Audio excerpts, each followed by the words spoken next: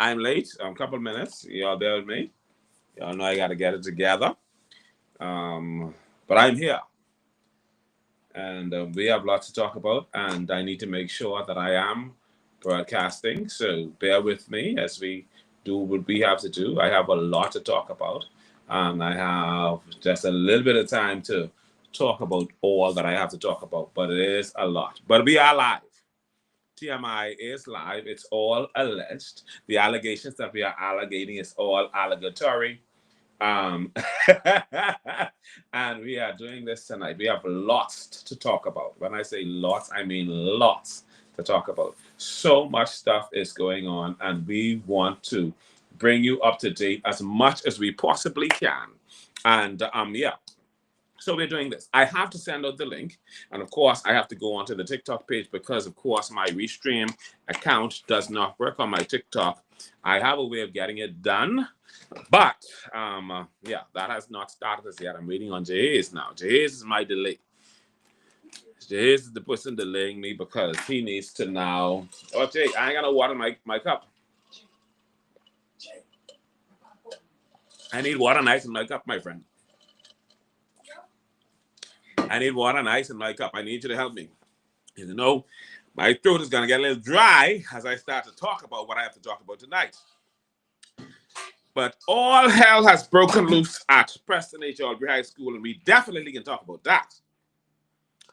And we can talk about these that who ain't going to work, or they going to work and then leaving work to go to Disney to do what they want to and dance and shake up their you know what, while on these government jobs, taking advantage. So it's a lot to talk about. As you know, I know most of you have been following that case involving Mr. Michael Johnson, former Chief Superintendent Michael Johnson. And there is an update with regard to that matter. I'm sure most of you have heard the update already. It is sort of disappointing, but we have to report on it because it is a story of interest to us. We're also going to be talking about the COI in Lincoln Bain and this Iram Lewis matter. I just saw Iram a short while ago on television, well, on the broadcast on ZNS, and he was proclaiming his devotion and his commitment to COI. I was not convinced. But anyhow, Iram, if that's what you say, it is what it is. I know why we question it. You. Because Lincoln say, we must not question nobody. Say, anybody who asks a question. Anyway, I can talk about that later on tonight. Because I like Lincoln, but that sort of disturbed me when he said that. Giving me little Hubert Minnis vibes, you know? But anyhow, it is what it is. We are going to talk about, and Lincoln Bain also has a race going on down there in Pinewood. And we have word that there is going to be serious competition in Pinewood because there's a newcomer rising up in the ranks of the Free National Movement who is trying to secure the nomination in that area. And so it's going to be interesting to see how this race plays out. And we're going to talk about that as well. We are going to talk about the Defense Force tonight. The Defense Force has quite a number of situations going on with them. We can tell you all about it. But you got to give me a couple of minutes because I just got started. And I need to get these, I need to get these, what do I want to say? These headlines out so that you can get them. Let me see how I can do that. Hold on one second. Oh, Christ, this thing. My phone ain't rolling. Behave yourself, son. Behave yourself. My phone, you know these phones just want to do their own thing. I don't know why they try to do what they feel like doing when these phones just be trying to just do what they feel like doing. I don't know. And I gotta get the Facebook link and the YouTube link. I gotta get them both to make sure that everybody is able to choose what they want. And then of course on TikTok, I don't put up the TikTok link. But if you want TikTok, you can find me. Just look for TMI, Marvin Gibson. and you will find me. You got to look for that. I am not doing your work tonight. It is a hot night. It is a hot night. It is a night for what's what I gotta say. And so some stuff gonna be happening. But I need to tell you all what's going on down here in the Lucha. The whole place falling apart. Falling apart. They're looking for a fella from Harbor Island for gun and ammunition or something like that. I can't remember the fella's name. But yeah, I can find that, and if I find the story tonight, I will tell you about it. If I don't find the story, I'll do it on another night when I find the story and tell you about it. But yeah, TMI it's all alleged. It's now live. What I need you to do for me is I need you now to share the live. I need you to share the live. Let everybody know TMI. It's all alleged. Is now live, and it's all alleged. The allegations that we are allegating is all allegatory. We are trying not to go to jail. But if we do, we would need a couple of people to stand our bail. Because this is going to be something tonight. My Lord, my Lord. But we can, and we have to talk about it. Then of course, we have to talk about that situation in Panama with that young lady. Oh, Lord. I feel so bad about that. And then we're also going to touch on the Lauren Sanders matter. So we're going to talk a little bit about that. And of course, we're going to talk about, oh, Jesus, the new baby they just find. Remember, they found a brand new baby somewhere, I think in the area of Anadol Rogers School. And the police are still trying to find out, or trying to get the mother to turn herself in. And we want to commend, I think I didn't get the young man's name. But I want to get his name, but we want to commend him for being alert, paying attention, and causing that child and that child's life to be saved. That child is going to be someone great. I'm confident of that. I'm confident that they're going to wind up in good care, and we're going to continue to pray for that child so that all would be well. You know, I see the YouTube story. I tried to get the link because I want to copy the link and have that as well. So when I send out the links, I'm going to send out the YouTube and the Facebook link, so you could watch it on your TV. You know, now I need you to like, I need you to share, I need you to tell all your friends. TMI is now live. Let me see. I'm trying to get this thing to. It's all alleged. Y'all know I gotta do this. I just finished writing as much as I could write because I didn't miss y'all for 2 weeks. You know, BPL was doing all kind of things. BPL is run right out. BPL, BDC. Last week, BPL went off Friday night. Not Friday night, Saturday night. BPL went off Saturday night. BPL went off on Sunday night. And BPL just continue to go off. Like BPL don't care. BPL say, frig y'all. And BPL was not on. BPL ain't had me to study. I don't know what's going on. BPL was doing their own thing, just their own thing, and I don't know why. BPL ain't had no concern for us. BPL handled us like we stepchildren. I got something else I gotta remember. I cannot forget this. This is very important because I saw it today and I gotta read it. But listen, call the people. I might see 33 people online, and I'm still sending out. I ain't sending the link yet. Hold on, 32 people on here. Listen, we got a lot to talk about. Lots and lots. You all know we have a damn drug cartel at one of these schools in the literature. Wait till I tell you about that. These people doing the most. I don't understand it. All right, I send out the link now. I'm going out. And then I need y'all to go up under the video on top, add highlights, and I follow. Add highlights, and I follow. Y'all got to do that. Put in add highlights, and I follow. And once you put that in, other people are going to get the video. So you got to make sure people get the video. Oh, my thing's long. Okay, one. I sending it out now, though. So we trying to get, I send out the YouTube and the Facebook link. And I want you all to be a part of sending out the YouTube and the Facebook link. Oh, I got to find the scripture. Oh, I got the scripture. I got to make sure y'all know before we get started. We got to do one little scripture. Go into the word of the Lord. Amen. Let me say the word of the Lord is now read. Hallelujah. Hallelujah. All right. I really wanted to talk to you all a little bit more about Harbor Island and Sylvanus Petty. Sylvanus Petty is down there working his behind off trying to stem to undo some damage done to any consideration for him by JJ Pasenti. And I've been getting a lot of good reports, interestingly enough, about JJ Pasenti.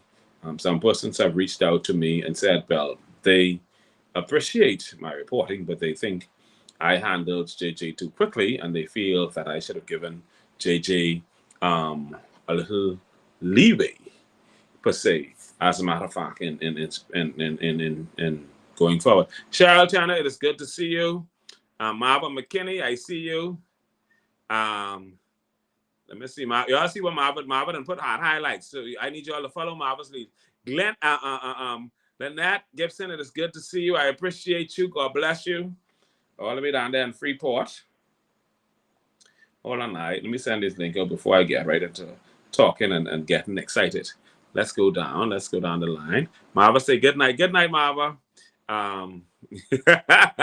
So blessings to all of you. Y'all who saying good night, put some good nights in the comments. All right, and I can put some of the comments on the screen for y'all to see. Y'all can see Marva comment. Let me see. See Marva here. Marva say good night, and then you got then that say hello, Mr. Marvin R.C. Gibson. You can see some of the comments, and then she say glad to see you doing well. So thank you, Lynette. Yes, I am doing very well. Thank God. Let's see. Okay. And then Christina Penniman say good night, Marvin. Yeah, see Christina comment on Christina, go tell the people TMI is now live. We behaving badly. All right, let me finish get this link out to the people that before I get crazy. All right. Where are we? One second. All right, let's discuss blah blah blah. I got a couple of groups to put in because I know people have been. Charlotte Moore says good night. Thank you, Charlotte. Let me see. 1 second. Right, we're trying to get this done. Okay, I got to get the link out. I can't bypass this particular process, and I have to get started on the thingam. So I have to get started on get the TikTok started. So bear with me on that. And y'all know I ain't never going forward without no scripture. I gotta give Christina, post your son's number on the screen so I can brag about his barber shop. So you can put your little advertisement on that. Post his number so I can put it on the screen. And tell them, or put a comment about him and his barber shop, and I can share it on the screen. Do that. All right. So and listen, because the young man doing big things. I like when you see young people trying to help themselves, and he's running his little barber business, cutting hair and all that other stuff. And so you gotta encourage the young people. We just gotta encourage them. Oh, what did I do? Done. Yeah, there you go. All right, let's see. All right. So much drama, man. I can tell y'all, listen, there's a load of stuff going on tonight. I can tell y'all. Like, I didn't tell y'all, type out highlights and I follow on the thing. Diane say good night, everyone. Watching from all the way in Havana. Lucky. Go, Diane. Hey, Diane, you all right? Good to see you all the way in Havana. That's all the way in Cuba. Hey, Diane coming back speaking Spanish. Buenos dias. No, buenos noches. Buenos noches is the night in the 90. Buenos noches. Yeah, so Diane speaking in Spanish tonight. Hello. All right. So, all right, give me a second. I trying to get this thing out. I got to get the links out. And while I'm getting the links, let your folks know TMI is now live. Yeah, We can drink water and mind our business and talk all the other people's business. Okay. This is Christina talking about Cuts by J, located in Rock Sound. All right, there you go. Right down the bottom of the screen. Yeah, Jay is doing his thing, doing his barber. If you need to get your hair cut, go down there to Rock Sound. They have the number on the screen. Go down there and get your little cut. Get your hair cut, man. Go get some. And listen, the young man is very professional, and they have a decent operation. And Christina's be right there, making sure he do it right. Trying to tell him, don't do no foolishness. Make sure these people go home with nice haircut, because there's no refund. All right. Ah, Lord, because you know refund, because we can't put that hair back on your head. We didn't take that off. It is what it is. All right. Anyhow, ladies and gentlemen, we got so much to talk about. I really wanted to talk about the John Canoe thing going on, because you all know we got a lot of drama going on with the John Canoe as well. And they, to the point where the people are threatening that there will be no John Canoe. Andre, make sure I drop that in the school group, because I won't get no problems. Okay, they're talking about no. We don't want a situation where they okay, the God is good. Yeah, but we don't we a lot of John Canoe groups are talking about boycotting the parade this year because of the foolishness going on with the courts. And I did get to see some of the ruling with that. The magistrate said what they did to the original Valley Boys with Basil Adley is egregious. He said the Registrar General's Department screwed up, the courts screwed up. And he stopped short of putting in a ruling in favor of Basil Adley Dose, but he said that needed, whatever decisions they made in regard to that needed to be revisited, because it was not right how the matter was handled. Oh, my thing is stiff. Okay. All right. I'm getting there now. Okay, my TikTok screen. Okay, I think that's even. I gotta get it even. All right, now let's move on. All right. I turn on TikTok and there's someone leaving. Who the hell is here? All right. All right. I can start right now. Let's go live. Okay, now I gotta go live. I go on live. All right. And then we need to change the theme. Okay. I added. Okay, there you go. TMI. It's all. And listen, our show is authentic. Our show is real. We don't play. I ain't talking about the information now, because we ain't going to deal for saying, oh yeah, the information, you said the information was authentic and real. No, hell no. It's all alleged. But I'm saying our character is authentic. We're real people doing real things, okay? And so that's what it's all about, okay? And so we encourage persons to watch us, because we're not here pretending or trying to flim-flam about anything, stuff like that, you know? It is what it is. All right, let me see something. Okay. All right, nah. Okay, y'all know I got this fancy thing, so I experiment, so y'all get bear with me. All right, we on, what you call it? We on TikTok now too. But Facebook got it's all alleged background. All right, so yeah, now that we are getting started, and we end up leaving out a lot of stuff. So bear with us. We gotta put the highlights on the thing. I mean, we can show you how to do it, just like how somebody else did it earlier. Add highlights, because that will cause other persons to join the broadcast, and then we can do our followers, and so yeah, that's us. All right. Okay. No, somebody asked me to call them back. Not now. The show just got started. Okay, I'd highlight, I'd follow us, share the live, let everybody know TMI is now live. We're on Facebook, TikTok, and YouTube. All right? And we come to be badly tonight. Y'all ready? All right, now, before we get into all of this, ladies and gentlemen, remember the Bible says in everything that you do, before we get into all of this, The Bible says in everything that you do, you got to put God first. And so, of course, we putting God first because we are hitting the scriptures. And the scripture for today was a very good scripture.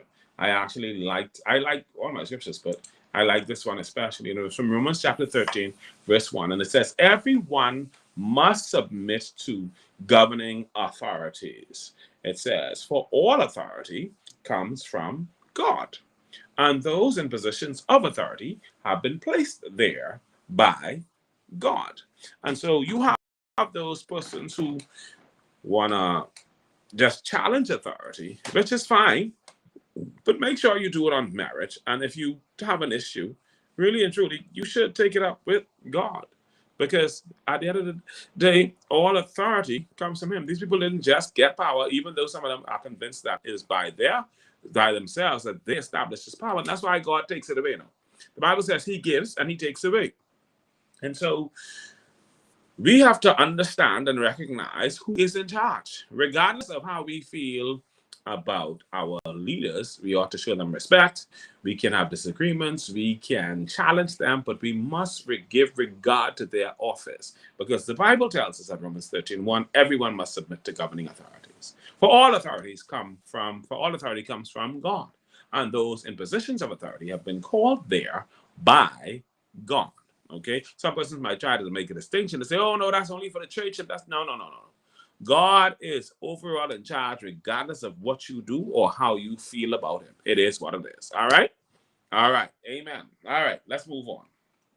I give God thanks for that. Ladies and gentlemen, family, people of all ages, welcome to TMI. It's all alleged, because it's all alleged. The allegations that we are allegating is all allegatory. Hey, Delona. Good to see you, Delona. Say thanks for that. Thank you for that delivery. We appreciate you, Delona, being on the live. Delona is one of our staunch supporters. Delona, I saw you were trying to reach me last night. Unfortunately, I was very, very busy, and you must forgive me for that. All right. And of course, I can be busy for the rest of the week. That's why I have not been able to do all the things that I have been doing. I missed my show last week, Saturday, but of course, like I told you, BPL was a disaster. I missed it on Sunday because, of course, BPL again was a disaster. BPL went off both nights, and then we had a week of working, and I have more work tomorrow. But I made a commitment, because we worked straight through the weekend, and I made a commitment that I am going to do this show tonight, because, and not only that, I've been called on by people of South Eleuthera to do the show, because there is an urgent issue that we must address that is going on at Preston H. Albury High School. So we are going to talk about it, among our other subjects. And so I need the Minister of Education, Glennis Hannah Martin, to be listening, or whoever assists her to be listening. I need y'all to call her up and tell her TMI is going to talk about Preston H. Albury, because some stuff needs to be done. I need the Belinda Wilson, the president of the Bahamas Union of Teachers. I need her to be on this live. I need her or her representative to be on this live. Tell her TMI has some concerns about Preston H. Albury High School and some of the people that they're putting in Eleuthera to teach, because you fighting for these teachers and they both here eating these little girls and doing all kind of foolishness. We can deal with that. All right? Anyhow, before I get wild, it is all alleged.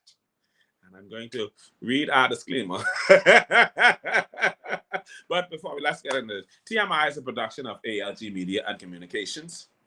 We do conduct promotions and we do accept sponsorship. If you are interested in sponsoring TMI, please reach out to us at telephone 242-473-8566. Reach out to us. You know, we don't get much people to sponsor us, and we would like some people to sponsor us and make little donations. You know, we ask for those people to be calling for the show, but they don't send us no money. And we got to pay these bills and do all this other stuff. You know, we need some people to sponsor us, give us a couple of dollars, keep us going, give us a little motivation. You understand what I'm saying to you? Anyhow, it is what it is. But if you are interested in sponsoring us, reach out to us at telephone 242-473-8566. We have a number of ways that you can make your contributions to us, all right, at TMI.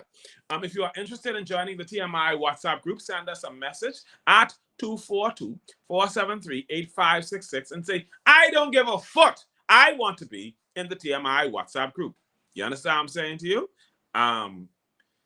So, yeah. You want to be in the TMI WhatsApp group? Yeah, come say, I don't give a foot. I want to be in the TMI WhatsApp group. And we will add you once you send your number to us. We got 1, 2, 3, 4, 5 groups, and all of them got about 800 or 900 people in them. Well, the last got that much. Group 4 only got 300, almost 400, and group 5 we have about 65 because we ain't really been billing group 5. And so yeah. But these groups are there and they are available and the information goes in there. If you want an active group, you want to be in group 1 that has 900 people, or group 2 that has 800, group 3 that has 800. But if you want to be in a little group with less action, then you want to be in group 4 that has like 300, almost 400, or group 5 that only has less than 100 people, because we have not been really doing the building in group 4 and 5. But we are doing our work. If you want to be a part of it, let us know. We can get you in there. All right? It is what it is. All right. Let's move on. We didn't get to do Sunday in the Word last week or this week. But we're gonna make time and try to get into that. We've been busy, and I ain't gonna lie to y'all. I'm one person. I've been very tired. So work with me. We can try to get that information, get something in the Word out there, because we gotta get the Word of God to the people. To our people, all right? It's important. God's word is sure. Everything else will fade away. The Bible says, heaven and earth will pass away, but God's word will remain forever. All right? All right. Disclaimer. The contents shared on TMI platforms, including broadcast, WhatsApp groups, and live discussions, consist of allegations, claims, and information that may not have been thoroughly vetted or verified. TMI does not endorse, accept, or validate any stories, accusations, or allegations presented unless officially confirmed by credible sources. All individuals mentioned in any shared content are presumed innocent until proven guilty in a court of law. Viewers, readers, and listeners are strongly encouraged to evaluate the information provided critically and await official statements or investigations before forming any conclusions. Furthermore, TMI may include references to copyrighted material under fair use principles for purposes such as news reporting, education, commentary, or criticism. No copyright infringement is intended. If any copyrighted material has been used in error, please get in touch with us and we will promptly address the matter. By engaging with TMI content, you acknowledge that all information shared is alleged, unconfirmed, and unverified unless explicitly and specifically stated otherwise. Viewers and participants should exercise discretion and caution when interpreting or sharing the material. Good night, ladies and gentlemen, and welcome to TMI. It's all alleged. All right? The allegations that we are allegating is all allegatory. All right? All right. Now, I'm trying to get this thing to do. Oh, y'all know when you're experimenting, you know what you're doing. All right. I needed to go back to my topic, but it's not doing that. Okay. No, don't do that. Oh, bloody hell. I tried to do a couple of things about that, and I don't know what I'm doing. Okay, there you go. All right. There you go. All right. There you go. All right. Now, it's all on the screen, right? Now, let's see. Okay. Done. There you go. All right. Now, let's see where we are. Okay. Bear with me, because we're getting started right now. Y'all know, okay. Give me a second. Gotta make sure this, I gotta mute this. Okay. There you go. All right. Now, Y'all can hear me clearly, right? Let me know that you can hear me clearly. All right. All right. Just let me know that you can hear me clearly, okay? All right. Now, our friend and brother, Samuel Sammy Thompson Jr., passed away a couple of weeks ago, and his funeral is coming up this Saturday at the Methodist Church in Rock Sound. His funeral will be in Rock Sound at the Methodist Church in Rock Sound. And so we extend sincere condolences again to his family, Maggie and their mommy, Kathleen, and the sister, and everybody, the whole family. We extend sincere condolences to them on the passing of Sammy, who will be laid to rest this coming Saturday in Rock Sound. All right. Now, we got word today that Cynthia Denny Hall of Rock Sound passed away last evening. That was a shock. That's my wife, family as well, and good friend of mine. As a matter of fact, every time I saw her, we would always greet each other and share pleasantries. And so it was sad to find out that Denny Hall passed away. And so we extend sincere condolences to the entire family, and we pray for God to continue to give them comfort in this most difficult and trying time. All right. The Eleuthera Job Fair, the Eleuthera Chamber of Commerce is going to be hosting a job fair. All right. The job fair is going to take place on Wednesday, November 5th. That's this coming Wednesday, November 5th, from 9 a.m. to 3 p.m. That Eleuthera Job Fair is going to take place on Wednesday, November 5th, from 9 a.m. to 3 p.m. at the Eleuthera Business Hub, or the market, the building on the side of the market, on this coming Wednesday. It says, during the event, you will have the opportunity to meet and speak directly with representatives from various companies seeking to fill vacant positions. Dress professionally, bring your government ID and your resume and documents. Printing and copying services are available on site, and I think there's a small charge for it. But it's the Eleuthera Job Fair, and they have various positions that they're looking to fill. I'm going to give you a listing of some of the positions. I don't know if I can see them all. I can't see all of them. But yeah, they have various positions that they're seeking to fill. They want backs, runners, bartenders, beach and pool attendants, butchers, carpenters, cashiers, culinary staff, custodians and housekeepers, customer service agents, electricians, forklift operators,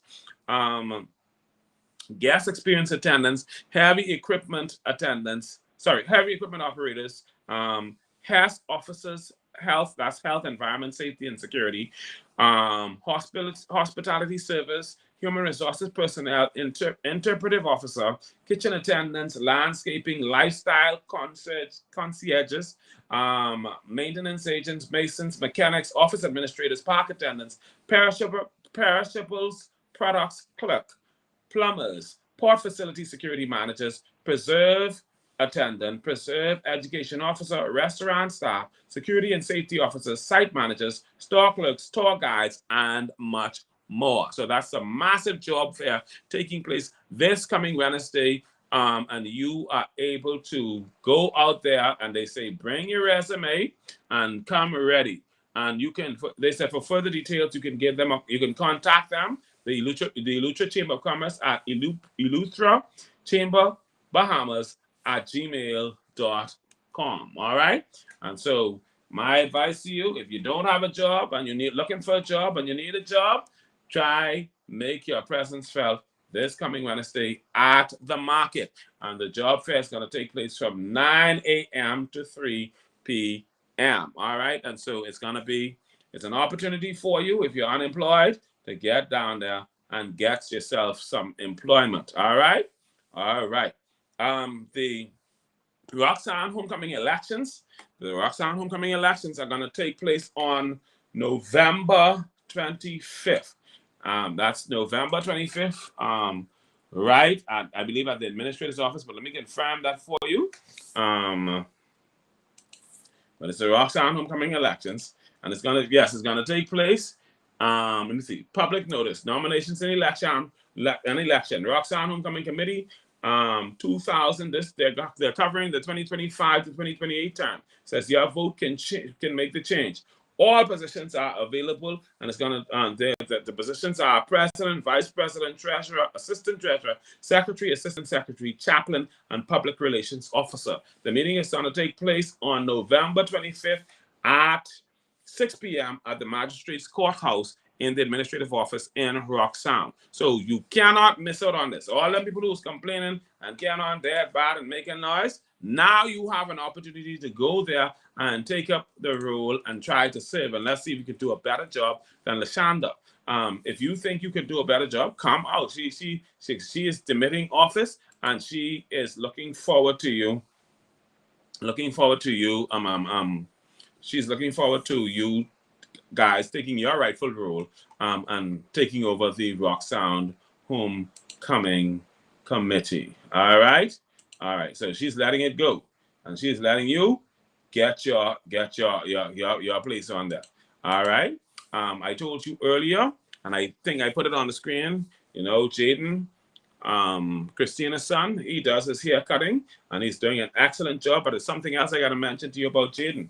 Jaden is now the newest head boy at Preston H. Albury High School, and so we want to congratulate him for his efforts and for doing very well. We feel good about that. We want to encourage Jaden and other young men to continue to do well in our various communities. Tommy, how you doing? Good night, Tommy. You all right? Good to see you. You all see Tommy on tonight. Tommy, say good night to everybody. Shanique, say how you get on yet tonight. All right. Yeah, Shanique is on too. Guys, I thank you so much. I appreciate you all. I know this is late, and time gone and changed on Sunday, and so all us had to deal with that, but it is what it is. Make sure click at highlights, at follow, share the live. Let everybody know. TMI is now live. We ain't been on from last week Saturday because BPL do the dirty on us. BPL dumpy us. But it is what it is. All right. The F&M banquet is taking place on November 15th. That's Saturday, November 15th. The F&M is having a banquet on Saturday, November 15th at Workers' House in Governor's Harbor. And so it's going to be a major affair. Everybody coming down. It's going to be the party leader, Michael Pintard, is going to be down. Hubert Ingham is going to be down. Anybody in the Free National Movement is going to make their presence felt at this major event that's going to take place in Governor's Harbor. They're going to be standing along with the F&M candidate, the F&M standard bearer for the 2026 general election, Miss Philippa Kelly. And so Miss Philippa Kelly, she's doing an amazing job getting the party together and galvanizing support for the party. And so we want to continue to encourage them. I'm going to make my presence felt there at that event. I'm looking forward also to my PLP brothers and sisters. If you all are having an event, please feel free to let me know. I'm definitely going to promote it, and I might even attend. If you all can beat me, don't beat me. No, PLP tried to kill me before. But anyhow, it is what it is. The PLP tried to kill me, and the F&M left me abandoned.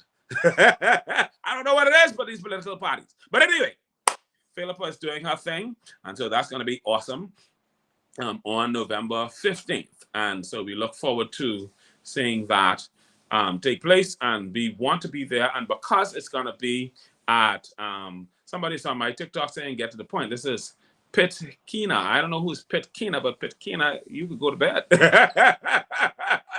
You're not invited to this party. Anyhow, sorry about that. Pit Kina, I wrong for that. I appreciate your presence. Thank you so much. Thank you. I'm going to be sarcastic. Anyhow, let's move on. So we had a tragedy that took place in Panama. This tragedy involved a young lady by the name of Madeline Thompson. Madeline, 16 years old, and she was attending an international robotics competition when she fell 27 stories from that hotel and lost her life. She's a student who attended St. Augustine's College.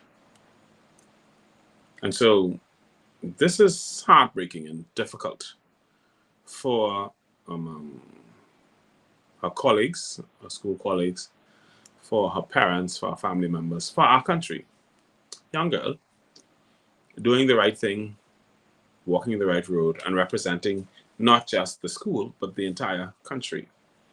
And so we want to extend sincere condolences to the entire, to her family and all those who knew and loved her, Madeline Thompson. And we pray that God's Holy Spirit will give them comfort in this difficult time. Now, we still have to wait to find out what transpired because everybody wants to know what happened. Everybody wants to know what transpired in relation to this young lady falling from this hotel. It is, I don't know how to explain it.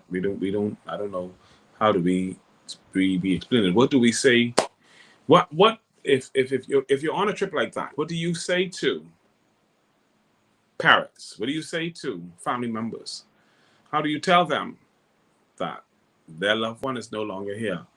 Their loved one who went with you on this trip is not going to come back home the way that they went there. That's not an easy thing. That's very difficult. And so all I can say is I urge all to keep the family in our prayers. Let's pray for them. Because that's a rough one. I thought about that, and that was messing with me. And even as I think about it now, my eyes get full of water because, yeah, like this person is saying on TikTok, XOXO Nelly, never. How do you explain to someone whose relative has gone off to represent? The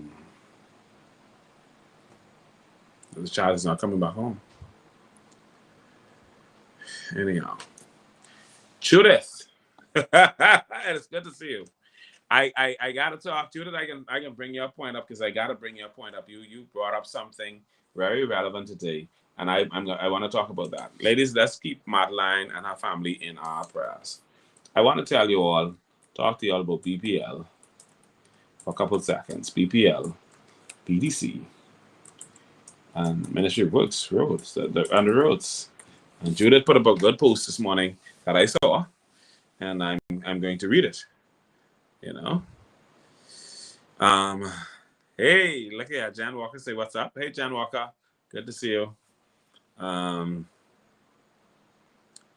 Yeah. Okay, but anyhow, let's move on. So, like I told you, last week Saturday, BPL dumpy me. BPL mishandled me, threw me under the bus, tossed me and turned me, and did not allow me to have a show because they cut the current off twice. They cut it off Friday night and they cut it off Saturday night. They say, where you think you going? You're not having no show. And they made sure I did not have a show because they cut off the current both Saturday and Sunday night. The 2 nights. As a matter of fact, they cut it off longer Sunday night. Just to make sure. Current came on almost 12 o'clock on Sunday night. Now, maybe that's not the case. They had another outage where they said something that fall on the power lines and the thing that broke down and some kind of thing. But BPL, I understand all these things, right? But y'all gotta do better because it can't be happening. Well, I mean, it could be happening. I hope ain't nobody doing nothing. I want to commend the workers at BPL for their dedication because especially in the middle of the night with breeze blowing and all kind of things happening, those BPL workers were still out there dedicated, trying to get that current on for us ungrateful suckers, because sometimes we can be very ungrateful. Or we could be very upset because when these electricity outages occur and we have generators, these electricity outages create more bills for us buying gas to fuel them generators. I ain't got no generator I bought. Don't put me in that. But you know what's baffling to me is that the electricity goes off so much, sometimes for whole days it's off, but the bills are higher when the electricity is off. I don't understand that. I don't understand how the bills are tremendously higher. That's absolutely unexplainable. How do you? And I don't remember the government had promised us a couple of days ago, probably 2 weeks, probably a month, probably a little while, that they was going to give us some rebate on these electricity bills. I know we ain't get no rebate. I sure they keep the money. They pocket it. They ain't give us none. Because I ain't feel no rebate. Well, let me not speak for me. I'm going to speak for the people who did not feel the rebate. But BPL just have to do better. It is what it is. And then we have BTC. I don't know what the hell is going on with BTC. But BTC, well, first of all, the BTC people of the Bahamians have been fortunate enough now to have a meeting with the Prime Minister to air their grievances because the company, the overall executives of the company, have abandoned the lower level staff in relation to getting things done over these islands. I have been saying on my show, and if anybody remembers, I said it several times on my show, that the Prime Minister of the Bahamas needs to summon the executives from BTC, wherever the hell they are in the world, get them to the Prime Minister's office and read them the Riot Act.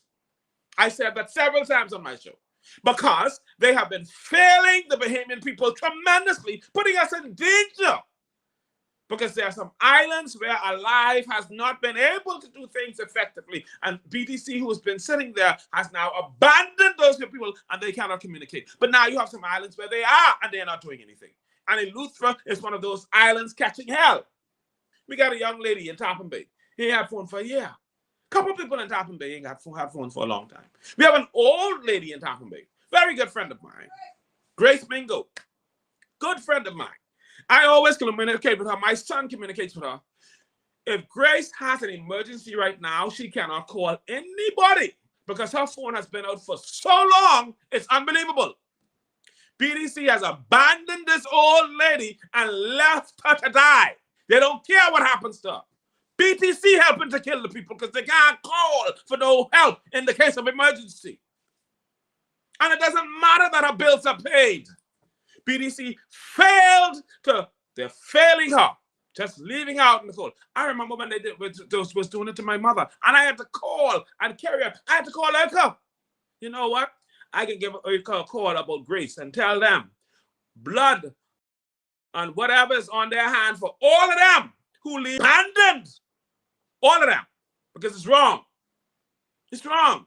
Why should the senior citizens, you don't live to be 150 years old, and now all of a sudden your phone stops working and you can't call anybody if you need help? Why should you have to be in that situation and that crisis? Why? It's not right.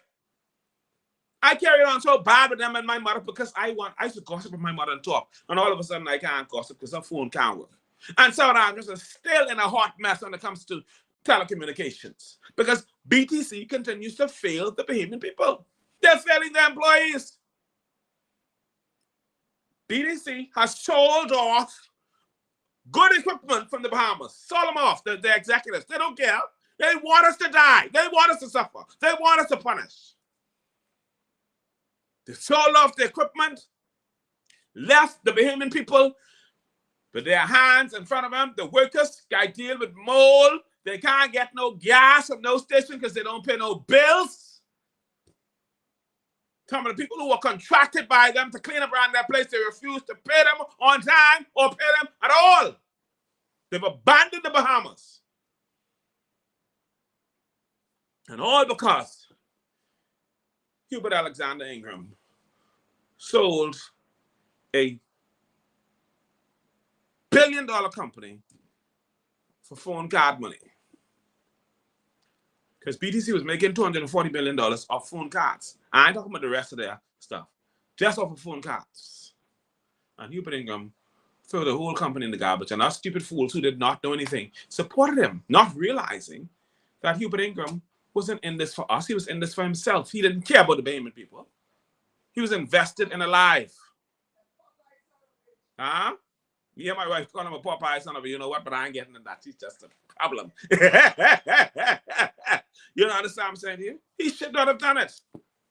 And we are left holding the bag and suffering, and they want us to support the Free National Movement. The F&M owes the country an apology for this fiasco with BTC. Yeah, plenty of people in Rocktown. What do young ladies say? Plenty of people in Rocktown have no phone for months, including my parents, and still getting bills. Because they don't care. They don't care that they ain't giving you no service. They just want the money. They want money for no service. Grace is an old woman living by herself. This is a terrible state that our country is in. We sold a working company functioning to foreigners who did not care about us. And now Brave has fallen right into the steps of Hubert Ingram because he refused to get those bloody well executives. Get them to the Bahamas. Tell them, bring your backside, or we go into Parliament and we can knock legislation or whatever, a bill or something, and take the whole company back and tell you, I'll carry your backside because it's in the Bahamas and you can't put it in your back pocket. It belongs to us. What they can do? Because they ain't providing the service. They can't do nothing with you because they're already not providing the service.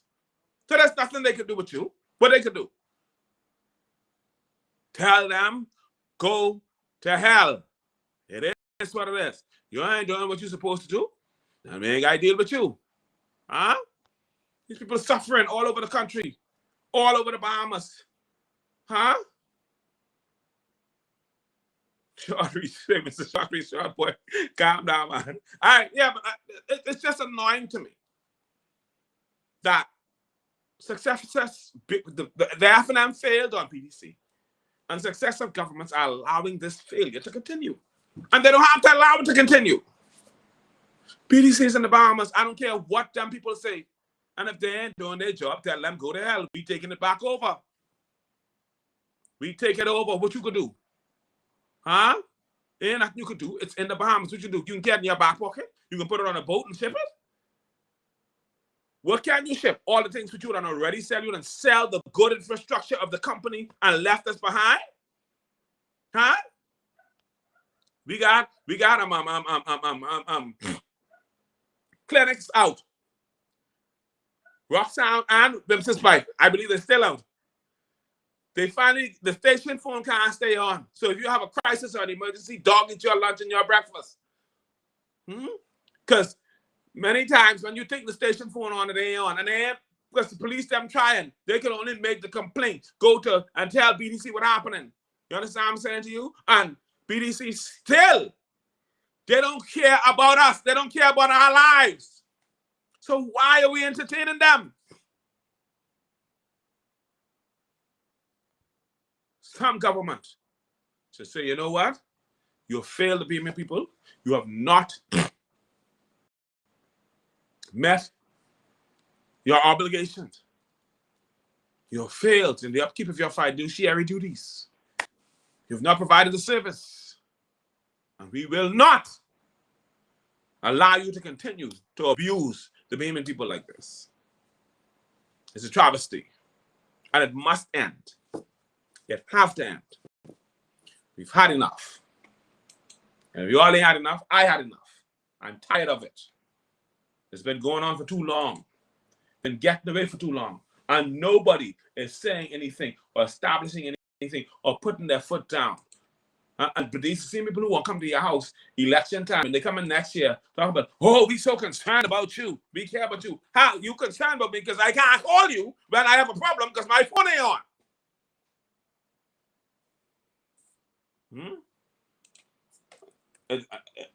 I don't know. It just angers me when I think about this foolishness. Anyhow.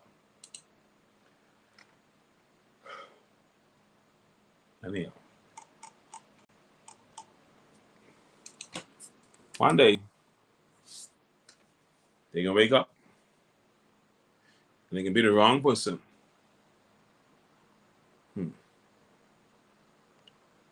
One day, they can wake up and it can be the wrong person.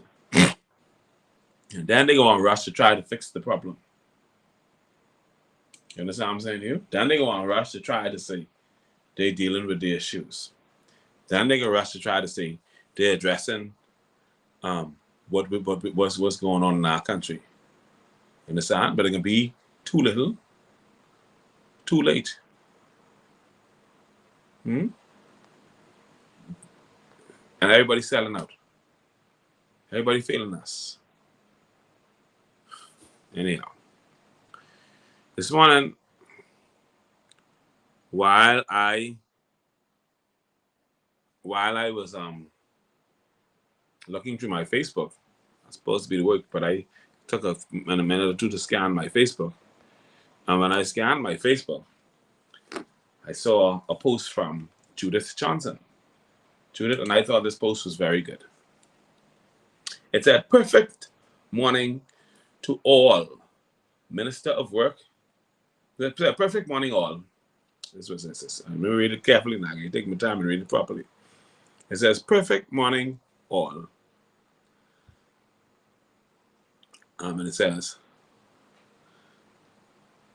to Minister of Works and to Mr. Clay Sweeting, MP, Central and South Eleuthera. Come on, man. Why are the roads like this? We're paying plenty money for our vehicles to be on the road, and the holes, the size of a 265-inch tire. Are you all going to wait until a tourist get hurt? Because look like that's the only time it will get fixed. Come on, fix the roads. It's ridiculous for how we have to beg to get something done in the Bahamas. And we're paying our money for our vehicles to drive on good roads. Please, sir, and Minister of Works, fix the roads, even if you have to fill them big holes by the parking house and by Donny Laundry Mart. Please show you all care. These parts for these vehicles are not cheap. Anyway, I guess you all don't drive your own vehicles on this road, so it's a don't care. And when I saw that, that affected me, because that's what we're dealing with here. That a local has to beg the member of parliament, who is the Minister of Works, to make sure that at the very least you patch the holes in the road. Now, mind you, some patching work was started in South Eleuthera. It happened in Rock Sound. It happened in Tapa Bay. It happened basically in those two areas. And I said that because Rock Sound is supposed to be the capital of South Eleuthera, and it was a whole disaster. In Hatchet Bay and Gregory Town and Rainbow Bay, they catch an eternal hell. When you get by Daddy Joe's, it's a whole hot mess with those holes in the road. I don't even know what to call that up there. That's Swiss cheese. That's our literal Swiss cheese road.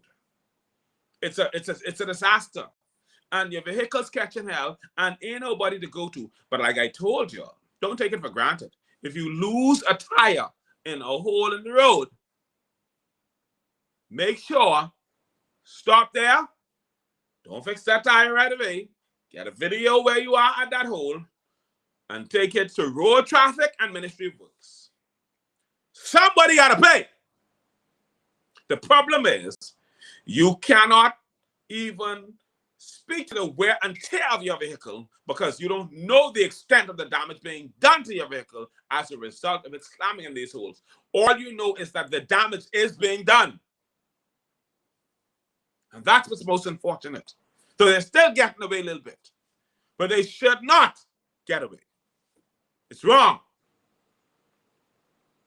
But you would have to cry and beg our MP, grovel, basically, just to get the road fixed. Is a disgrace and a shame.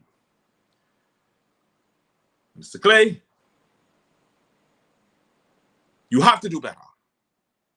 Ministry of Works has to do better. And I don't expect you, as minister, to come to your office to go patch roads. All I'm saying is put in place the necessary mechanisms to ensure that the people who you have hired get the job done.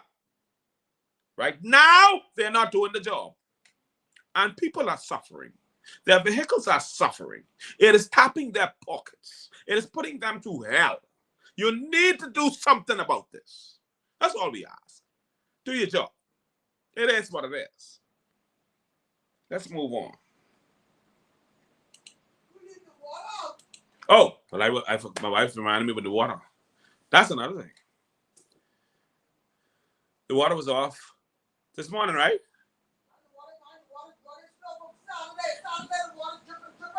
The water was running off. Was very slow. Very slow. I know it was off this morning because I had to bathe in the bucket. Gone way back. I gone way back. I had to bathe in a little short bucket. So I had to thank God my wife catch a little bit of water and put it in the bathroom. And so I had to take that and use this little yellow butter bowl and dip some water out and put it in the bucket. My son, he's going to school, had to dip some water out and put it in the bucket and bathe. That's how we bathed this morning. That's how we've been bathing for a couple of mornings. Because, yeah, they can't keep the water on. And now the government of Bahamas has moved to take over the water stations. You remember Aqua Design and them? The government of the Bahamas has moved now to take these water companies from these foreign owners or from these contracted owners. I mean, I say foreigners, from these contracted owners. And they're taking responsibility for it. But I don't know if that will make the situation better or worse, because you have some ministry work, some water and sewage employees who know what's going on. And they don't do nothing. They don't say nothing. They don't speak to nothing. They don't say, if you, some of them, I gotta say for Alfredo, when I call him, he's trying to get some things done. When I call Alfredo Knowles, he is trying to get some things done. But you shouldn't have to always call Alfredo Knowles. You have some of these water and sewage employees living in these communities where they are facing these issues and they refuse to do or say anything about what's going on. And that's the problem. We need more persons who are concerned about what's happening in our various communities, especially with these industries or agencies, sorry. Our infrastructural, our utility companies are failing us. Our utility infrastructures are falling apart. One day there ain't no water, the next day there ain't no light. One day, and the telephone says, "Well, you put me, BTC just got to hell." It's a disaster. How are you supposed to make it in this country? In a modern day, 52-year-old country where everything is supposedly modernized and we have the ability to provide the systems and services. We want to talk and act like we so advanced, but for foolishness we advance, but when it's time to keep up with what is relevant, we can't keep up. Make that make sense. Just right now, it don't make sense. Huh? Anyhow, let's move on. The by-election is on November 24th in Golden Isles. We have 4 candidates who are going to be running in that by-election. Darren Pickstock is carrying the banner for the PLP. Brian Brown is carrying the banner for the FNM. Brian Rule is carrying the banner for COI. And Kim Butler is an independent candidate who's running in that area. Kim Butler, I understand, was a former Free National Movement supporter. I don't know if she was a Free National Movement candidate, but yeah, she was a former Free National Movement supporter. And so it is interesting to see, it's going to be interesting to see how this plays out. We're going to be following it. Now, of course, there was speculation that the Free National Movement did not want to run anybody in there. As a matter of fact, Michael Pintard did publicly call on the government to move forward with a general election. I don't know if that was a political ploy or it was because he was afraid that he would get cut behind in the by-election, and so, or he didn't have sufficient money to go to a by-election and then a general election. Now, Michael Pintard has dispelled those rumors by putting a candidate forward in the person of Brian Brown. And so this race is heating up. I was looking forward to seeing somebody from the DNA, since I understand that they're trying to get back on their feet, but I guess they were unable to get a candidate ready for this particular event.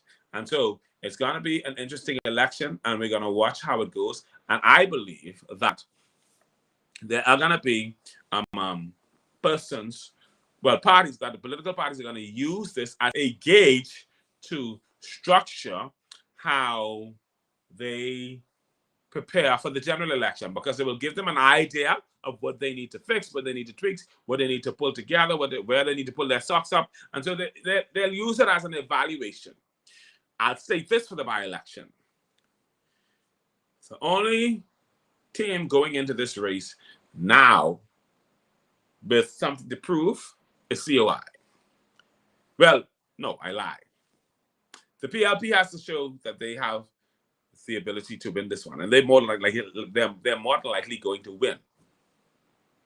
They have the power of the government, the money from the government, and they're spending all kinds of things.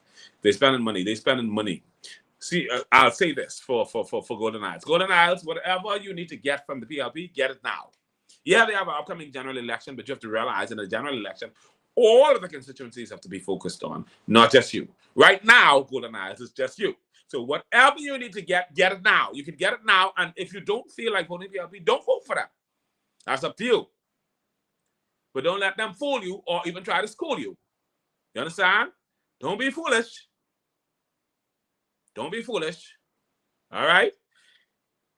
So PLP will do whatever they can to remain in office.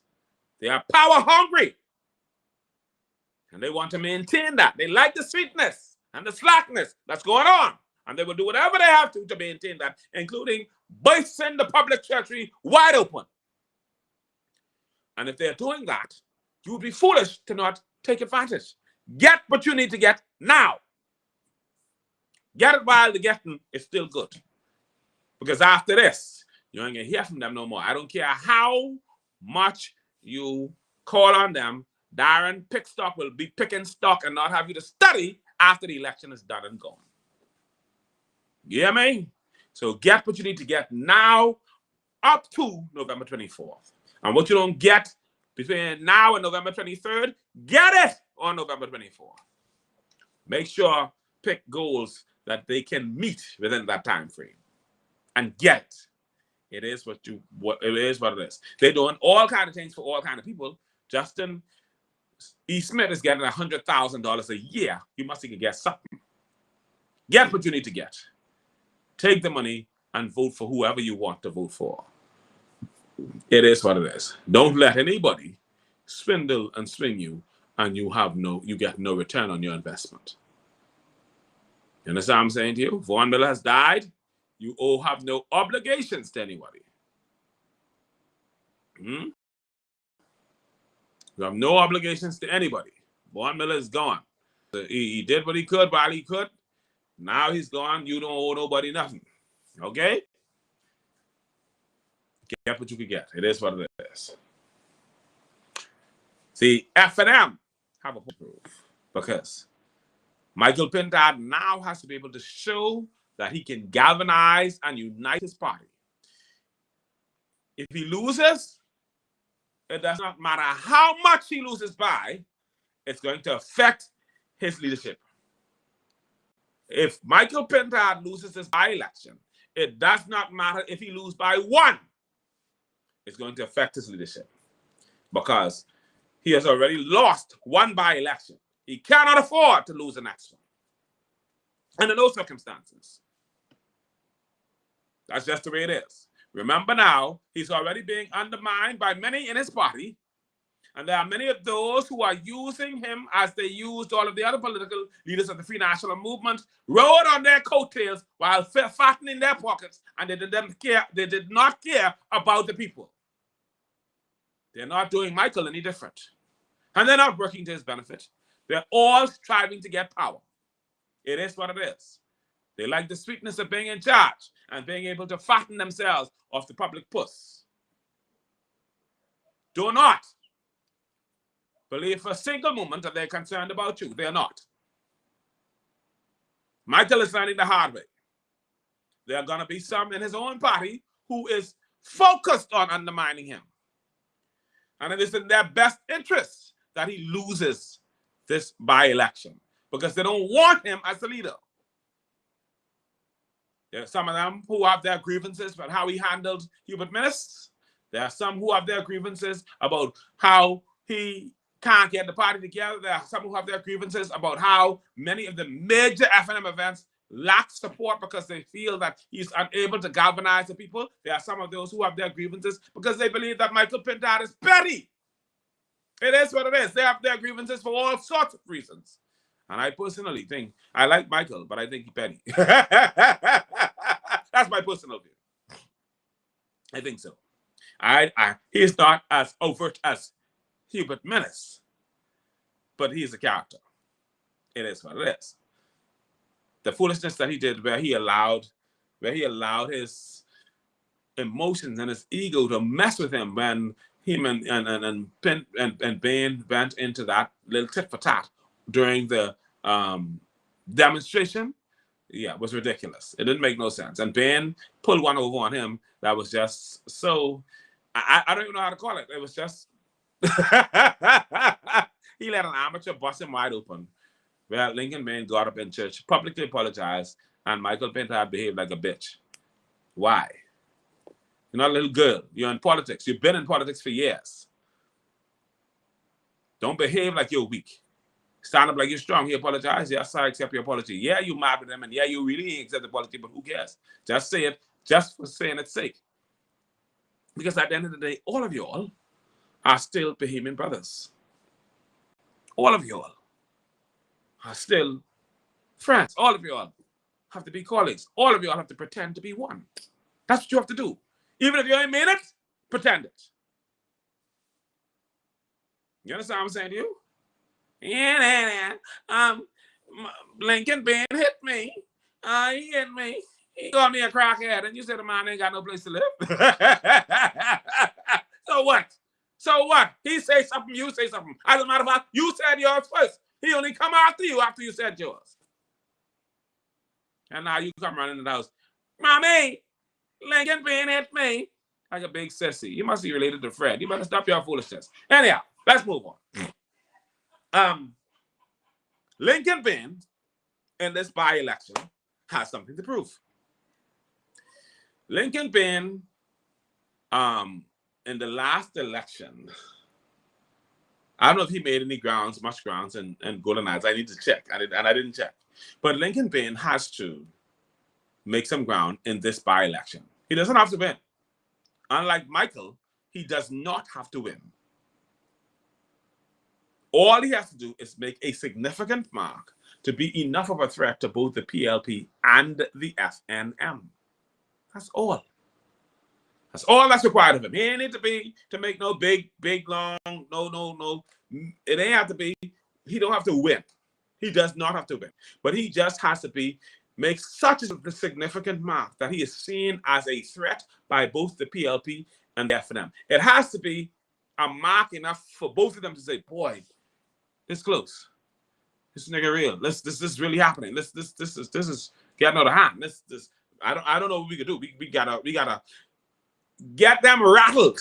Lincoln has to rattle them with the support that he gets in Golden Knights. And if he can't rattle them with the support, that can be a problem for him. Because once he's unable to rattle them in this by-election, cheap as he go sit down for the general election. I ain't telling them sit down now. Go work. Because you never know. You might not be able to rattle them in the by-election, and then in the general election, you come right there and bust them and hold. These things can happen. Nothing is impossible. But right now, there has to be a significant show of strength, and it does not require him winning the by-election. It only requires him gaining enough votes to cause both the PLP and the FNM to tremble. Meaning, in essence, he needs to win sufficient votes that he beats whoever comes third. So even if he comes second, if he comes first, man, COI is straight. But if he comes second, if he don't come first, he gotta come second. He cannot come third. It doesn't matter if the PLP comes third, they are already the government. Doesn't matter if they come third. Because they are the government. If the FNM comes third, dog eat Michael Pintard lunch. He might eat Kentucky today, but he eat chicken bone tomorrow. That's just the way it is. The PLP ain't got to worry about nothing because they are the government, regardless of whether they win or lose. Lincoln Bain cannot come third. And if he comes third, it has to be so close. So it has to be like by 1 vote or 2 votes. I'll say, and I'll give them the max 10. So if the PLP gets, say, 1,020 votes, and the FNM gets 1,015 votes, then he got to get 1,010 votes to make them feel rattled. You have to rattle them. That's just the way it is. For the independent candidate, Kim Butler, I think Kim is a setup. I believe they sent Kim to pull votes from somebody. Maybe everybody. They sent her to be a spoiler, whatever the case may be. Kim, you might not get your deposit back, but come by me after and beat the devil out you and give you $4 to buy a piece of chicken, eh? You're stuck on the bone. Anyhow, it says, let's move on. It says 3 officers are under probe after murder suspect escapes the court. So 3 police officers are being investigated. These crooked police, well, I know they're crooked, I'm just saying. They may not be crooked. There could be something where they really were not aware that this guy was plotting to escape. And so, it is what it is. Anyhow. They say 3 police officers, this story was written by Leandra Roll of the Tribune. She says 3 police officers are under investigation in connection with last month's escape of an accused murderer from the Magistrates Court complex on South Street. Police Commissioner Shanta Knowles confirmed yesterday that authorities are searching for D'Angelo Culmer and again appealed for anyone with information on his whereabouts to come forward. We want to remind the public that harboring him could lead to a criminal charge, Commissioner Knowles told the Tribune. Culmer escaped after 3:30 p.m. Culmer escaped around 3:30 p.m. on October 2nd from the South Street complex while wearing a blue t-shirt and light blue jeans. Police said he has tattoos of lips on his neck and the name Tiffany on his right chest. Commissioner Knowles declined to comment on how the escape occurred, but confirmed that 3 officers are being investigated. I don't want to go any further than that because the matter is still being investigated, she said, adding that security protocols have since been strengthened to prevent a recurrence. All right. Says Culmer had been remanded to prison in February 2024, accused of killing 39-year-old Rudiska Bethel in a drive-by shooting on Ragged Island Street on January 31st. At the time of the alleged murder, he was already on bail for attempted murder. His disappearance marks one of the longest lapses between an inmate's escape from custody and recapture in recent years. In 2022, a 25-year-old man who fled the same court complex was recaptured within 2 days. So how the hell somebody escaped in 2022 and we let somebody else turn around and escape in 2025, and this one escaped for 2 days, and now this one escaped and we can't find him? This done been a month, eh? That's a month, because he escaped on October 2nd. So what's going on here? Y'all who know where D'Angelo Culmer is, turn him over to the police. D'Angelo Culmer is a criminal, and if he can kill them people who he can kill you. Do not indulge him. Do not endorse him. Do not give him a place of comfort. Let him go. He's a murderer, allegedly. He was a murderer, allegedly, who was on bail for attempted murder. Why the hell you can keep him up? Please explain that to me. Why would you even have him? Because if he can kill somebody else, to kill you. He has nothing to lose. He's going to jail. Do not harbour him. Do not protect him. Do not shield him. Let that sucker go to jail and go deal with his trial, whatever the case is. Don't put yourself through that. It's going to cost you. If he can turn on other people, attempted murder first, then it is escalated to murder, he can turn on you. Don't act foolish. Don't be stupid. Harboring him is putting your own life in danger. He's not loyal to anyone but himself. If you know where D'Angelo Culmer is, I don't care how you get to the police. Let them know and let his ass get locked up. He needs to be in jail, incarcerated. He behaved like an animal, put him in a pen. Anyhow, let's move on. We had a situation where a new baby was found abandoned, I believe, in the vicinity of Anatole Rogers or one of them schools or someplace. They said a young man found the baby. Let me see if I can find this young man and commend him. Baby found. There was a baby found. Hold on. I got to search it up. Okay. No. Newborn found.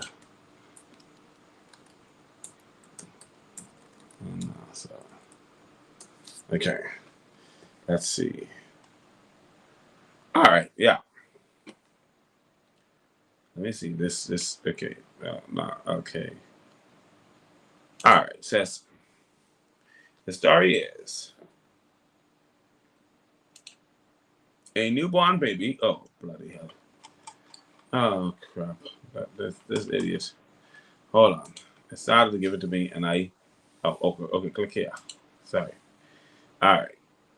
Here it goes. It says, a newborn baby boy, umbilical cord still attached and hunched over, was found crying in bushes off Marshall Road yesterday morning as rain began to pour down, prompting a police investigation.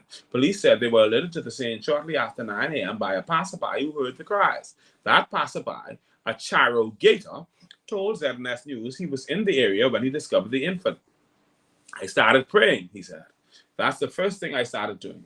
And my prayer is that child will live and represent the kingdom of God. Oh, my God.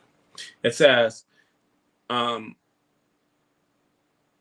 emergency medical services were called and transported the baby to the hospital. Police later confirmed that he was in good health. Chief Superintendent Darren Nixon, officer in charge of the Carmichael Police Station, urged the baby's mother to come forward, saying there are many resources available for women in crisis. Mothers should not have to endure this kind of trauma, he said. It is a trauma situation, and she needs to know that there is help for this. And we are not blaming her, and we hope that she would come forward to us and let us know that it is her child. The child is still alive, and there's help for this situation. I feel overwhelmed by this story. The child, I don't know if anybody saw the picture of the baby. The baby is one beautiful baby, handsome, beautiful baby, just a beautiful, beautiful baby. My God, handsome little thing, handsome little baby. And I'm concerned about it. I spoke with my sister about it today, and she said to me, she said, Marvin, if I had the resources, I was going to get that child. But we spoke well about how this child is going to be a beacon, and how he's going to change the world, and how he's going to be blessed, because that's what we want for him. You understand what I'm saying to you? It was a difficult situation, but I thank God for a Charo. I think I got his name right. Let me see if I got his name right. I thank God for a Charo Gator. A Charo, you are a blessed man. We give God all the glory, all the honor, and all the praise for you. I pray that somebody would give a Charo a blessing for what he did in speaking up. And I thank God for him paying attention and being alert and finding the child. It is a difficult situation, and now law enforcement wants the mother to come forward, not to punish her, but to give her help, give her guidance, make sure she is well. And so we can only thank you for the rose.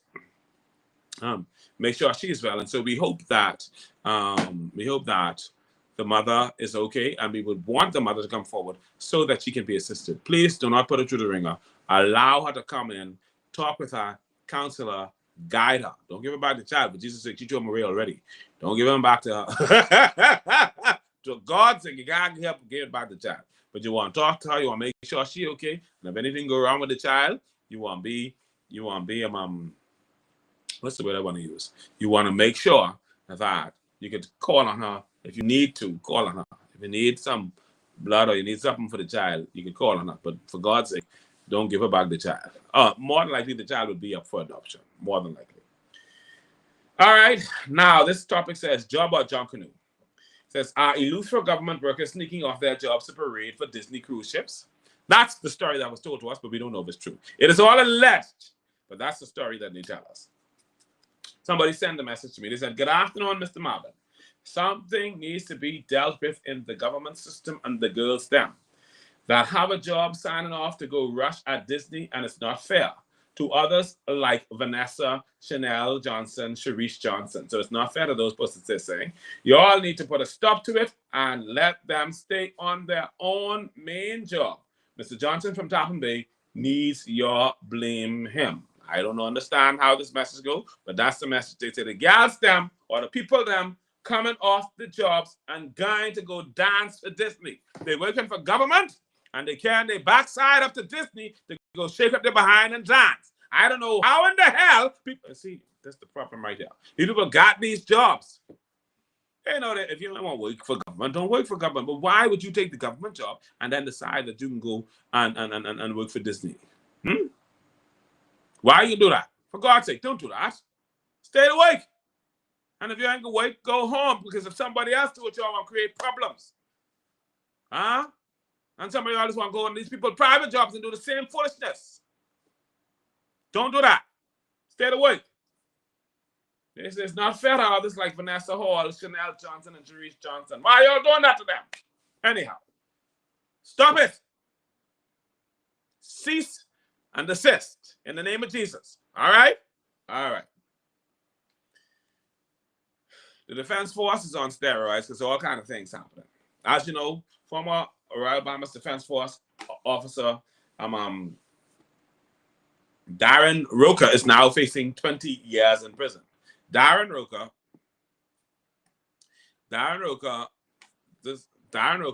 listen, hold on. Darren Roker was one of the officers caught up in the incident involving the drug trafficking thing. It was him, Chief Superintendent Elvis Curtis, I think his name is, and another police officer. All of them were involved in that. Mrs. Shorts, when you have a chance, you message me. Let me find out who you is. I just need to know who you is because I want to roll my guy over you when I see you. Don't mess with my son. My son ain't nobody to play with. Don't mess with my son. Mess with anybody else, but go mess with your pa and your ma. Don't mess with my son. I just get royal about my child. Don't fool with that. You want to stay on my life? Don't mess with my son. Mess with your ma and your pa. Don't mess with my son. Don't you ever get on this chat talking about my son. Talk about your ma and your dirty pa, not my son. Talk about your siblings and the rest of them. Don't mess with my son. I ain't the one. My head ain't good when it comes to my son. Don't do that. All right. We done with that. If you think you want to go down this road, let's go. And don't believe I can't find out who you is. This TMI, I will find out who you are. Okay. I warned you. And I only warned you one time. Back to what I was saying. Former Defense Force officer. I hope TikTok don't block me. Former Defense Force officer.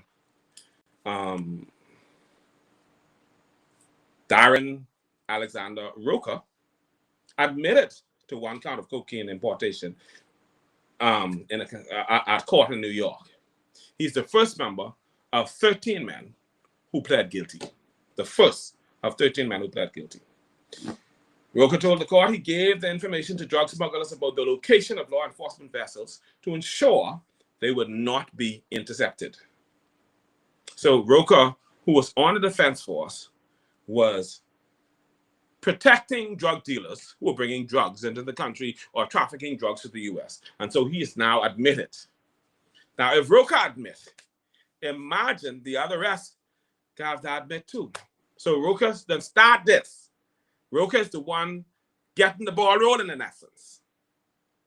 Roker is the one creating this situation. Roker is the one causing the things to happen.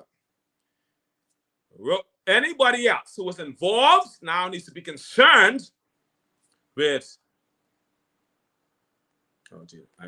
anybody else who was involved now needs to be concerned with Roker about what Roker has done. And they too need to plead guilty. They too need to clear themselves. They know that they have done some things that they ought not to have done. They know, somebody say Darren singing. Huh? He, they know that they did what they did. You know who should be concerned? Whoever that government minister is, who was involved in this whole scheme of things. Because obviously, if Roka said he was on the lower edge, he was in with the big fellas. But the big fellas can gotta call names. Roka is Roka saying he's a small fry, and so maybe he is a small fry. But Roka have to call names. It is what it is. And whether we like it or like it not, we kind of being embarrassed once this whole thing really comes to head. Well, we have already been embarrassed. We were embarrassed by the indictment. Our country was dragged practically over this whole thing where law enforcement was guiding drug dealers in another country, guiding them, helping them to go along, helping them to traffic the drugs straight to the U.S.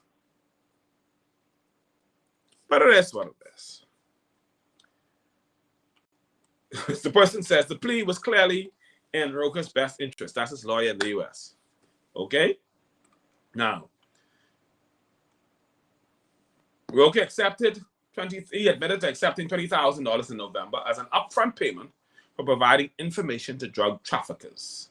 Okay? And so now he's taking responsibility for his actions. It says, prosecutors claim that in exchange for cocaine-fueled bribes for drug traffickers, not only Roka, but Roka was one example of Roka was one example of what prosecutors called drug-fueled corruption that has made the Bahamas an increasingly important point of entry for narcotics traffickers heading for the U.S.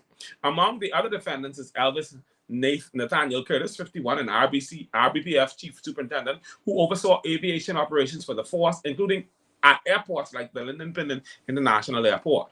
Prosecutors claim that in exchange for cocaine-fueled bribes from drug traffickers, Curtis abused his position to facilitate the transportation of narcotics and drug trafficking proceeds. Prince Albert Simonet, 52, a former Royal Bahamas Police Force sergeant, is accused of having closely worked with Curtis as a part of the scheme. Both Curtis and Simonet are accused of taking a $10,000 cash bribe in 2023 as down payment for helping get a future 600-kilogram cocaine shipment through Nassau Airport to the U.S. It is claimed that Curtis told drug traffickers that in exchange for a $2 million payment to a high-ranking Bahamian a high-ranking Bahamian official or a high-ranking Bahamian politician would authorize the assistance and involvement of Bahamian law enforcement officials, including armed Royal Bahamas Police Force officers, in facilitating and ensuring cocaine shipments. The politician was not identified in the documents. All of us want to know who the politician is. We dying to know. We trying to find out who that is, who was determined to use our law enforcement system to traffic drugs. Okay? Clayton Fernando, when he spoke on this matter before his resignation, said, "This is a sobering reminder that no institution is immune to breaches of trust. Any officer implicated in wrongdoing will face the appropriate consequences. There will be no shield of protection for those who tarnish the honor of this uniform." Then tarnishing the honor. They're dragging it through the mud. But it is what it is. All right. Another case involving the RBDF. Remember, we talked about the case involving Marvon Miller. And we talked about Marvon Miller not getting justice because Marvon Miller was beaten and taken advantage of in Inagua and then left in Inagua on an agency in an institution where no man should be left behind. Marvon Miller was left behind, abandoned in Inagua after Royal Bahamas Defense Force officers, his own colleagues, beat him up. They beat him, they slaughtered him, they took advantage of him, they abused him, they busted his eye, they knocked out his teeth, they do him bad. A Defense Force officer. Other Defense Force officers, including senior officers, abandoned him, and then they have the guts and the gall to charge him. They have the guts and the gall to challenge him. They have the guts and the gall to try to get at him. They charged him. They didn't let the police handle the matter the way that they should. And so Marvon Miller was left abandoned on that island. And then they still turned around and tried to take advantage of him by putting him to be court-martialed. Well, we got an update on that because we talked about it when we saw the story on it. It says senior RBDF officer faces court-martial. And this is written by Earl Boleg of the Tribune. It says a senior Royal Bahamas Defense Force lieutenant has been served with a notice of intended prosecution in connection with allegations that a Marine was beaten by a superior officer and left abandoned in Inagua. Commodore Floyd Moxey revealed on Friday that 2 or 3 other Marines are also being charged in relation to the matter in which able mechanic Marvon Miller alleges he was punched, kicked, and placed in a headlock during separate encounters on HMBS Kamalami. His comments came weeks after the Tribune reported that Mr. Miller, who claimed he lost teeth and sustained bruises after being attacked aboard the ship in June 2024, was served with a notice to appear and was the only officer charged internally in the matter. Speaking to reporters on the sidelines of an event, Commodore Moxey said that able seaman, he was given his notice of intended prosecution. One of the officers was also given a notice of intended prosecution. You must realize that he is a senior lieutenant. The Defense Force Act states that a senior lieutenant or above must be court-martialed, and that process, the legal affairs is working through that. I checked the file before coming here this morning, and I saw that there are 2 or 3 other Marines in that are also being charged as well. But I am in the appellate process, so I don't want to get exactly involved with what they are doing at the summary process. When pressed on why the alleged victim was also given a notice, the Commodore said, listen, an investigation was done. I trust the investigators. I trust the summary procedure in the Royal Bahamas Defense Force. I worked in that system as a prosecutor. I was a base first lieutenant. I was also a base executive officer. I was a staff officer, legal affairs. I know that the system works, and we just have to give it a chance to work. Yeah, but that was from last year. That was from last year, Floyd. What kind of foolishness y'all doing? People stupid? Anyhow, Mr. Miller has reportedly received a gag order preventing him from speaking to the media during the proceedings. While the son of a senior cabinet minister was on board the vessel in question, Commodore Moxey said he did not know if that officer was involved in the complaint. He said the cabinet minister's son was the executive officer of the craft. He should be in the complaint, and his ass should be charged because he was the person who ran that vessel and decided to pull off from Inagua and leave that officer in Inagua. So once he decided to do that, every one of them, every officer who was involved in the abandonment of Marvon Miller in Inagua, everyone should be charged. I don't care what he did. No man should be left behind. You took him there, you should bring him back. You want to deal with him in Nassau? Do that. But you can't carry him to Inagua, beat him up, and leave him in Inagua. So whoever is in charge of the vessel had to face the consequences. And you can tell me, because he's the son of a senior cabinet minister, he ain't get charged yet. Get that fixed. Fix it, and fix it now. Once he, as the senior officer, the captain of that boat, decided to leave a man behind, his backside should be charged. He should be facing court-martial.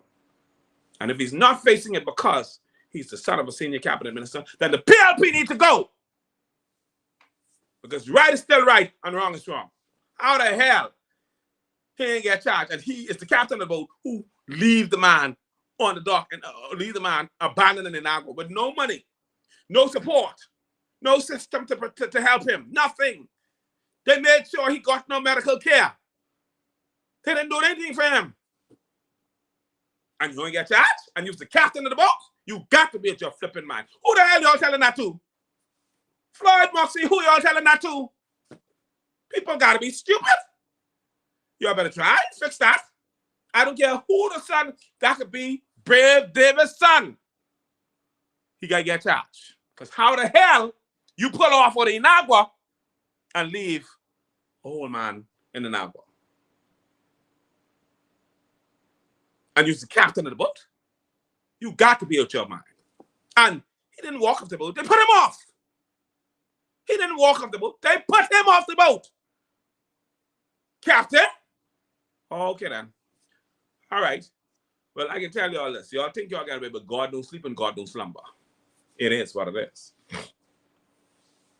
So while the son of a senior cabinet minister was on board the vessel in question, Commodore Moxie said he did not know if that officer was involved in the complaint. He said the cabinet minister's son was the executive officer of the craft. Mr. Miller claims he had been attacked by a senior officer and another officer after returning from a bar. He's still recovering. Somebody asked, how is he doing?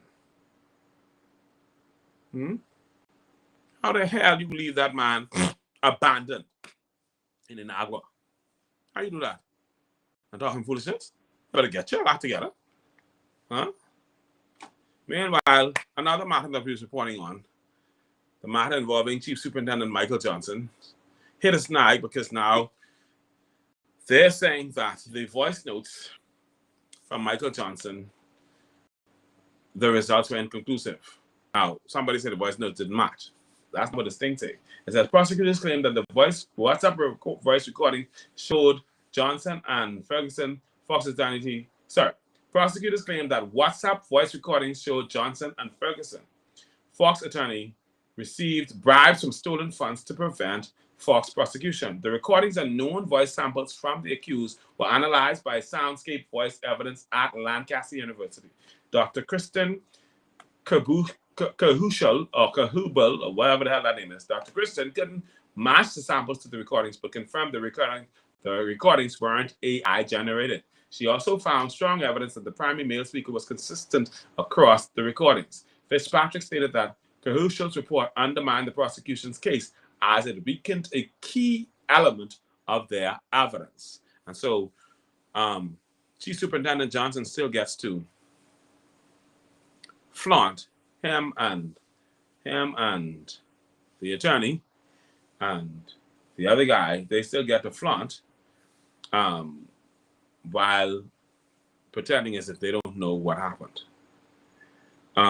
Now, these voice recordings were tested in the US, but with the high equipment, they were tested in the UK, which I find interesting.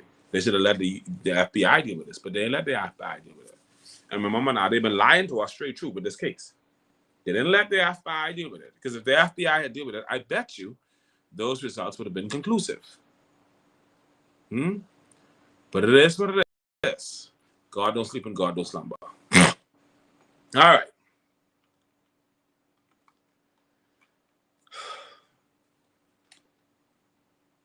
Now, I don't know what the hell is going on at PMH. Sorry. I don't know what the hell is going on at Preston H. Albury High School. But we have a lot of stuff taking place at Preston H. Albury High School. And it's troubling when you hear the reports, but I don't know what conclusions to draw. I asked the question today, is a high school teacher having a lesbian love affair with a student at Preston H. Albury High School? Or is this all just a misunderstanding? But I need the Minister of Education and Belinda Wilson and social services executives and the police executives and the crisis center executives to get down to Preston H. Albury High School. Because there's no way that what I'm hearing is true. I'll tell you what I'm hearing. I heard that a teacher, a female teacher, had an involvement with a female student while they was on one of their little cooking trips, whatever. And the parents found out, and as a result, that teacher was transferred, but not prosecuted. Probably not to bring any embarrassment to the child and all that other stuff. But I understand that this situation did not stop what was occurring involving female teachers and female students at Preston H. Albury from happening. They tell me that there is still a female teacher at Preston H. Alvery having a flagrant affair in view of the public with a female student at that school. I understand the mother is annoyed by it. The father is not convinced. I understand every teacher at the school knows about it. All the students know about it. The students crack and joke about it because they see nothing happening. They telling one teacher, oh, don't mind, your children ain't coming to the class. They won't come to your class because they were the sissy teacher. Because I understand this female teacher has text communications, and other teachers have seen the communications between this female teacher and the students, conversation that should not be had between a teacher and a student. Now, we don't know if they're having an affair. This is all alleged. It's all alleged. I don't know what the teacher teaches. I don't know if it's a PE teacher or a religious knowledge teacher, or I don't know if it's a sports teacher. I don't know what kind of teacher it is, but I know they're telling me it's a female teacher having a full-on relationship with a female student.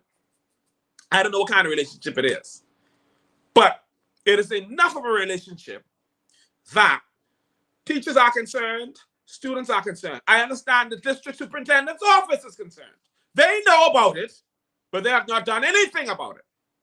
At the very least, that female teacher should have been transferred out of that school away from the student.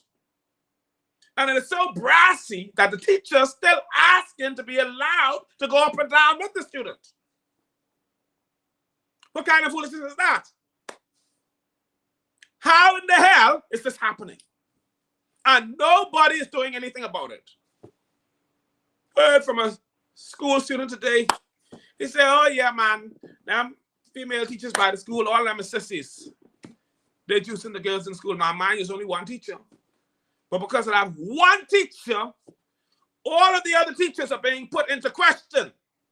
And this is not one, but the second teacher, because they had the other one who didn't get transferred from the school.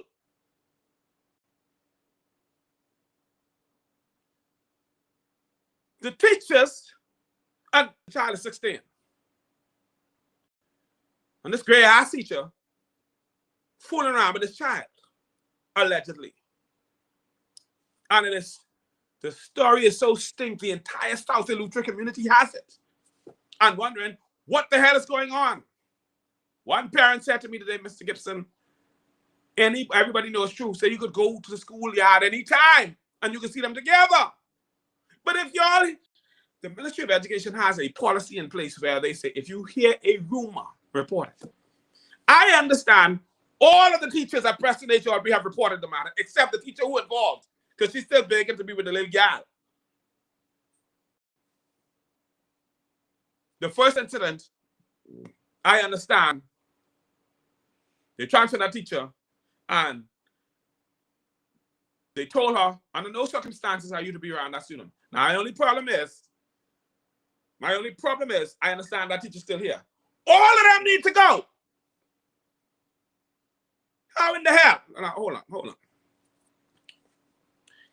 I don't care if you're a sissy. I don't care what your personal life is. I don't care what you're doing with your things and where you put it and who eating it, no eating it.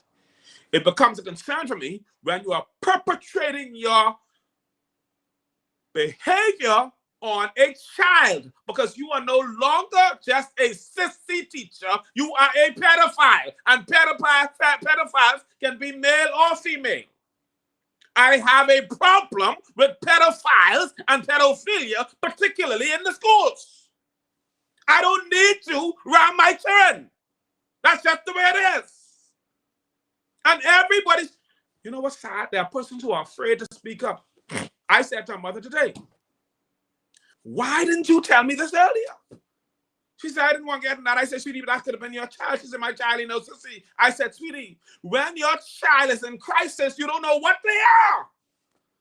Because you think you have more influence on your child than their teachers. These teachers have influence on your children. So you definitely don't want no sissies influencing your children in sissy behavior. It is what it is.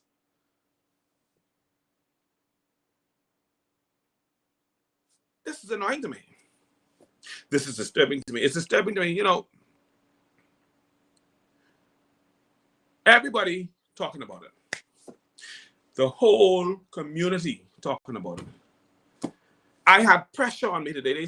They came to me and said, Marvin, you have to talk about this. They say the police know.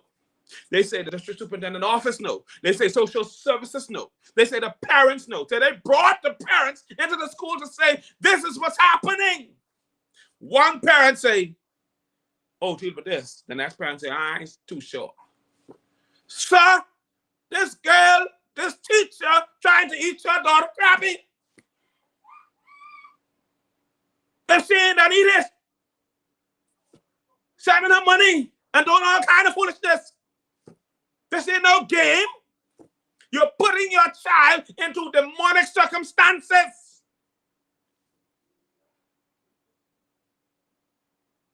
How in the bloody hell you can feel comfortable not taking some action? And at the very least, tell the teacher, ma'am, you got to go. Get your backside out of the school. You can't be here.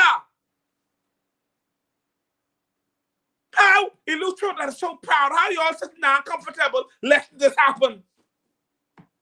How you all letting this take place? Huh? How you all letting this woman, whoever she is, intimidate you all to the point where you all can't do your jobs? Female teachers at Preston Aubrey, how you all letting this woman embarrass you all and ruin your reputation? Till the church said all the female teachers are sissies. We know that's not so. But if you allow this to happen, if you allow this story to continue to flourish, if you allow this woman to continue to have relations with this child, what you expect? How in the bloody hell? You just got a brand new principal. Loretta Butler is an amazing young woman. Loretta Butler is an amazing young woman. She just reached. They tell me this situation was going on from the last principal was here, and he couldn't get a handle on it. And now Loretta is taking over and apparently inheriting this to the point where the people who know who above Loretta are trying to tell Loretta, well, you need to watch what's happening. Loretta ain't no security guard. She ain't no camera. She is a principal. She got to monitor the whole school. She can't be sitting down watching one teacher try to grab turn crappy. You all need to get her out of school. Get that woman out. I don't care if I push her car down the road to get the hell out of that school. Get her the hell out. It is what it is. What kind of foolishness is that? Let the children grow up. Big, nasty. You know what? I'm going to drink some of this water in this cup. Cool my passion. Because I done hot. Huh? Huh? All these women around here. All these women around here. And you want to go on a child. All these women around here. And you big nasty heifer want to go on a child. All these men around here who act like women. And you want to go on a child. If you got enough men around here who act like women, you could go sleep in any one of them. And pretend to think they act like women.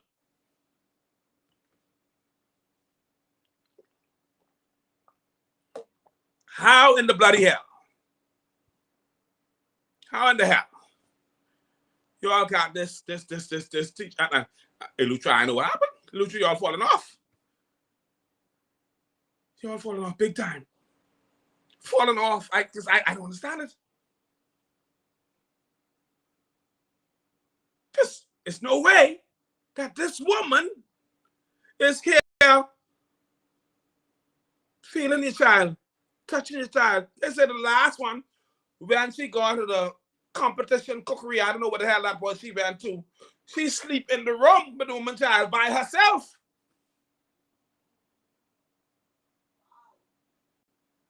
I don't know what the hell they did, but the parents get her the hell out of here.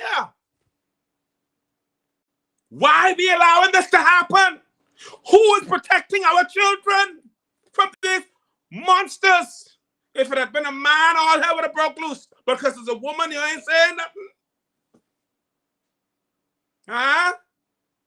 When you look, your child come home with a yeast infection or some kind of infection, you better take a stand, man. Huh? You better take a stand, man.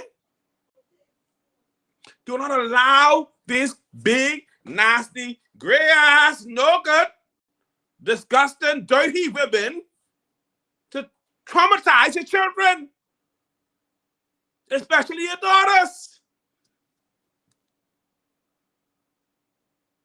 How in the hell? Then I told him that. I got my story from, because somebody was sending me another story, because they sent me a story from, I think it's R.M. Bailey. I said R.M. Bailey. Because at R.M. Bailey, they have a situation going, I don't know if it's R.M. Bailey, but it's alleged. Let me find it quick, and let me tell you all what they're saying, what's going on at R.M. Bailey. They got one chat group. And this is alleged that this is a teacher from the chat group. Now, they got the picture of the big nasty fat man in the chat group with students. This is a teacher, big nasty teacher with all the things out. I have the picture. I will not send the picture. No ask for it. But this is at R.M. Bailey, allegedly. And R.M. Bailey sent out a communication to parents. It says, they are parents and guardians. It's alleged. Now, it may not be R.M. Bailey, but this is alleged. It says, I'm reaching out to inform you of a serious matter that has come to our attention regarding an unauthorized WhatsApp group involving some of our students and a former employee. It has been reported that this group contained inappropriate content, which is a significant concern for us. It says, we have become aware. Hold on. Oh, I got charge. Says, let me find my charge. Hold on. Let me finish reading. It says, we have become aware of troubling and inappropriate conversations involving a former employee and our students. Furthermore, serious allegations have been made against a senior administrator and the school, which have been reported to the police. The actions of the former employee are now being treated as a criminal matter. We are actively investigating these allegations, and the administrator will be placed on administrative leave pending the outcome of this investigation. So if your administrator at your school has been placed on administrative leave, then that's the school I'm talking about. But the person say they believe it's R.M. Bailey, I don't know. That's just alleged. It says, we sincerely, oh Jesus Christ, this big nasty man come on my screen. It says, we sincerely appreciate your understanding and cooperation during this challenging time. Thank you for your continued support of our team and for prioritizing the safety and well-being of our students. We have these big, nasty gray heifers all through this place in these schools taking advantage of our children. But I need the Minister of Education, Glennis Hannah Martin. If you don't do something, then you are just as guilty of supporting these suckers and taking advantage of these children. Do something. Belinda Wilson, find out who that person is. Find out who is in your union, who is taking her big, nasty ninny and putting it on the children them. On the girls. Do not, listen, you go to school to teach these children, and that's that. Huh? Teach these children, and that's that. Do not put your hands on these children. We just had a whole situation with the Defense Force officer feeling up the little boys and making them masturbate and rubbing on them sexually in a neutral. Now, and that matter was dealt with. You can tell me now we got students who are being taken advantage of. Female students. Our boys and girls in Eleuthera are not safe. They ain't safe. Because no one seems to be interested in protecting them. If the police know, the district superintendent know, the teachers know, and every minister, for God's sake, come down. Glennis Hannah Martin, come down. Belinda Wilson, come down. Social services head, come down.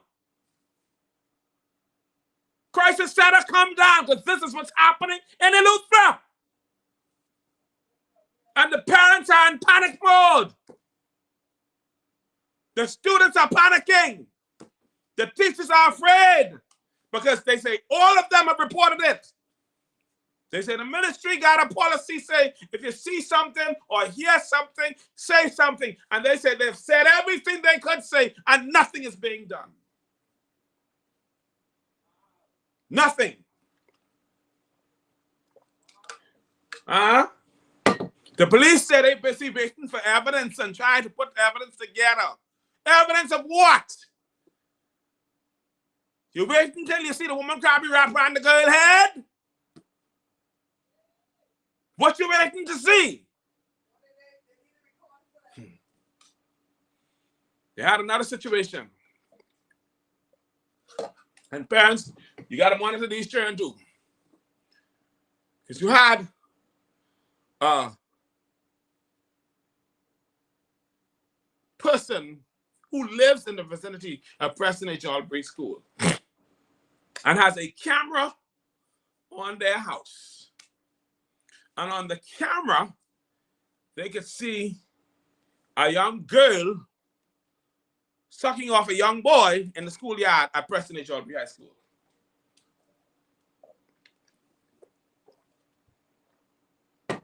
On their camera, and to prove it, they had the actual video to take over to the school to show the school how the children in the school making unintended child pornography with the boy sucking up, with the girl sucking off the little boy in the schoolyard. It on the people's camera, so you couldn't hide.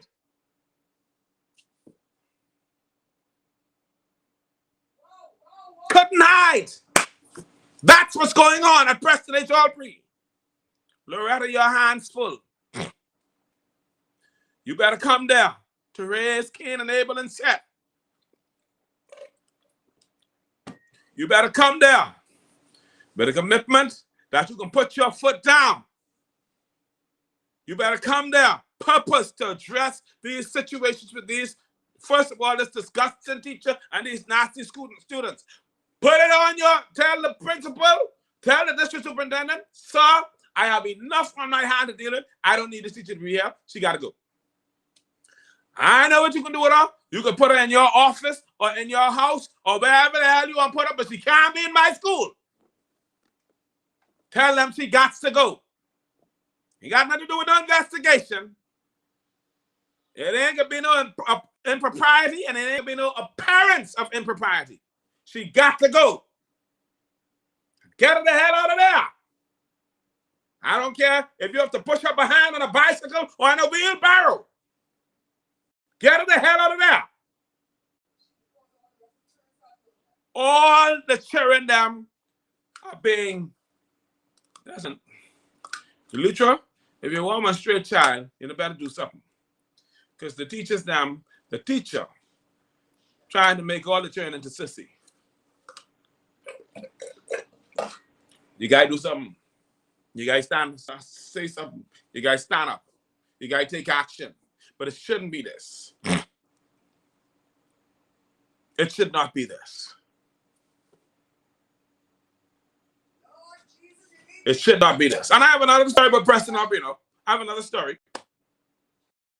But I ain't talking now. I ain't going to another subject. And then I can come back to that story. But something has to be done. And you know, somebody saying beef up security, but you know you should beef up security. The security can't do nothing. The security can't go inside the people them car when they juice one another.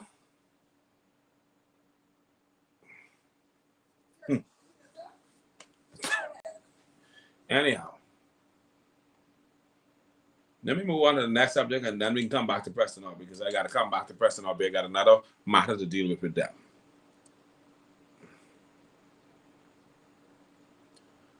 Let me, yeah. Anyhow, yeah, another story. This was one Preston Aubrey too, where a mother, a hard-working mother, went on vacation.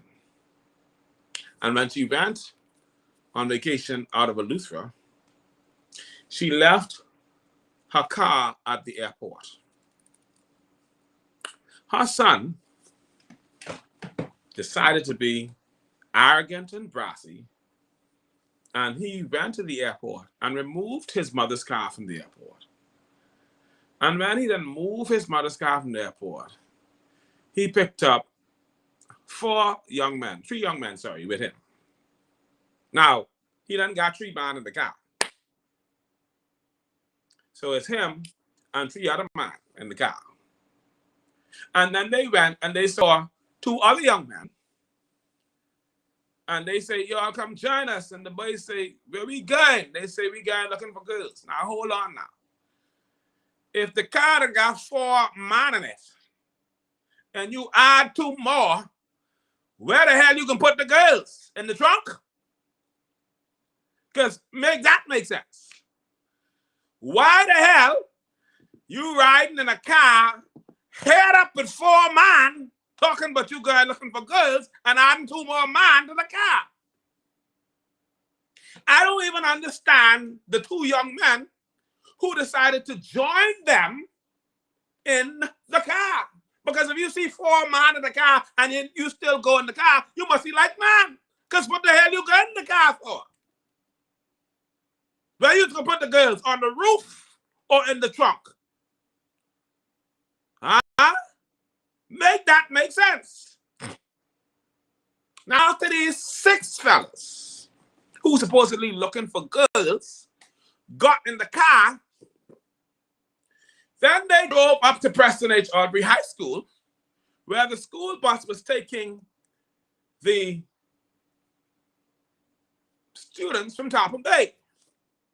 And they proceeds to challenge and threaten and carry on with the students of Topham Bay. Because it was 4 men looking for girls, then 2 other men that became 6 sissies that went to Preston H. Aubrey High School to harass students who were going home. Make that make sense. Four men. And they had 2 more. The 2 who see them in the car, when they say we got looking for girls and still join them, got to be sissy, because that don't make no sense. Because why? Well, you can put the girls in the smoke pipe in the back of the car, because they couldn't get in the car. So silly. And rather than going and doing something constructive or leaving your mark out of there on the first place, they decide that they're going to go after the Topham Bay students. Make that make sense. And then after that, I understand the boy crashed the car. So when his mommy come back, if she ain't reached back yet, she still got to go find a ride to get to work and to deal with his stupid ass.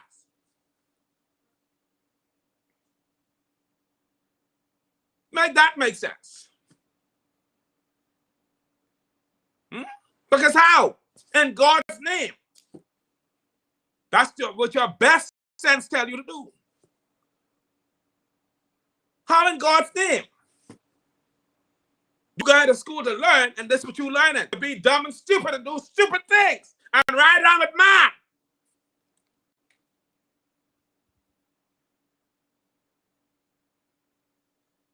Huh? How dumb? And you think that makes sense? Huh? Make that make sense. Okay. I must be stupid. Maybe I ain't calculating right. I don't understand it.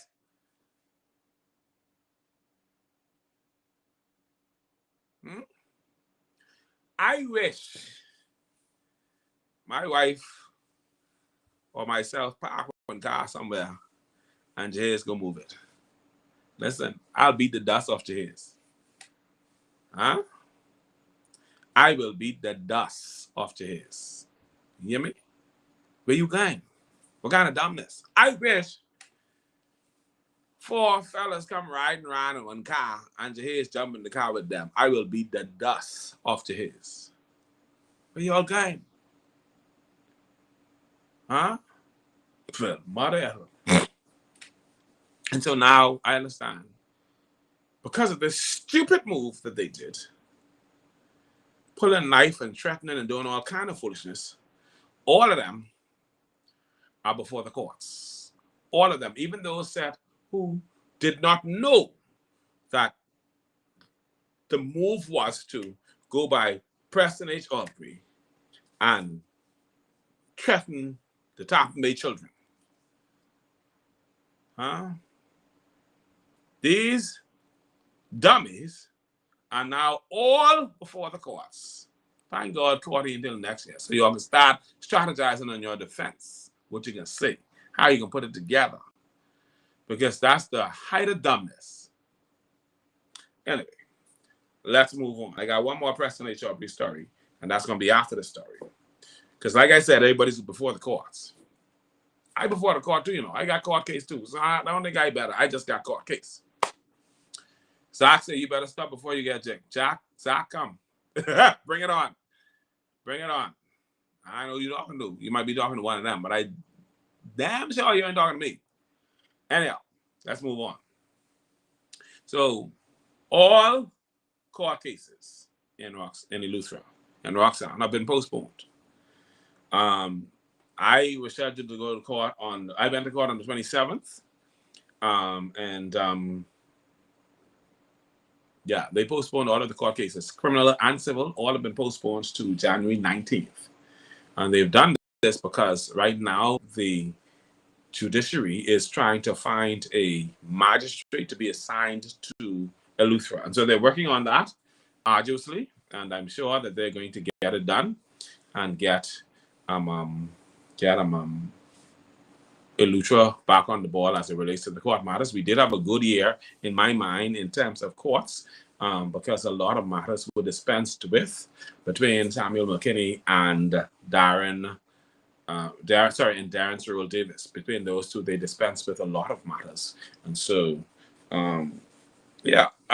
on the ball. But, you know, we need something consistent with the persons being here so that we can finish other matters that have been long-standing in the system.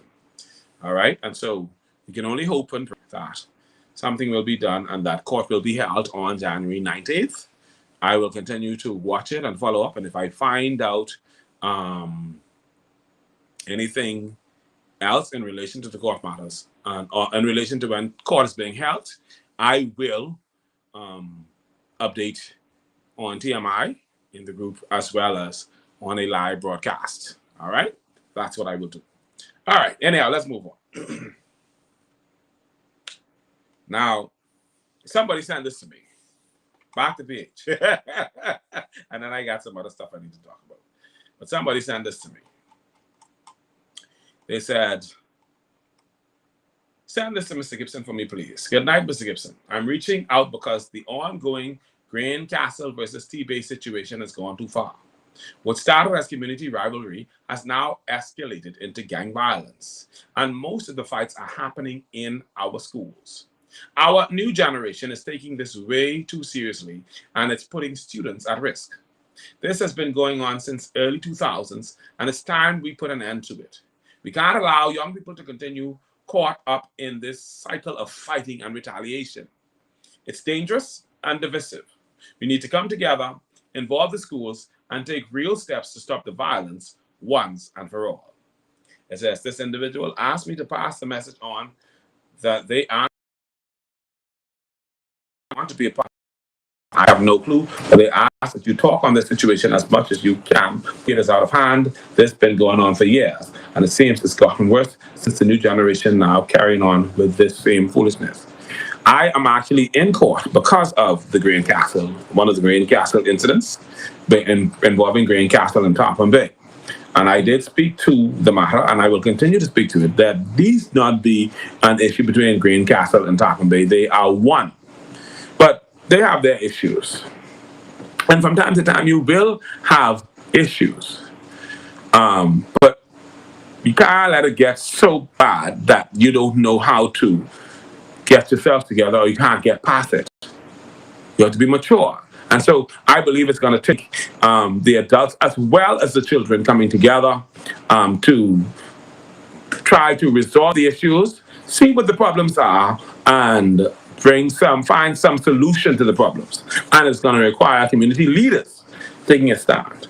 Whether it's and I know in Greencastle it should be Kennard and others who help to take a stand. And Kennard, I believe, is a unifier with both Greencastle and Tarpon Bay. But it needs to be something where the kids are moving past these battles, these issues, these unnecessary fights, these unnecessary challenges.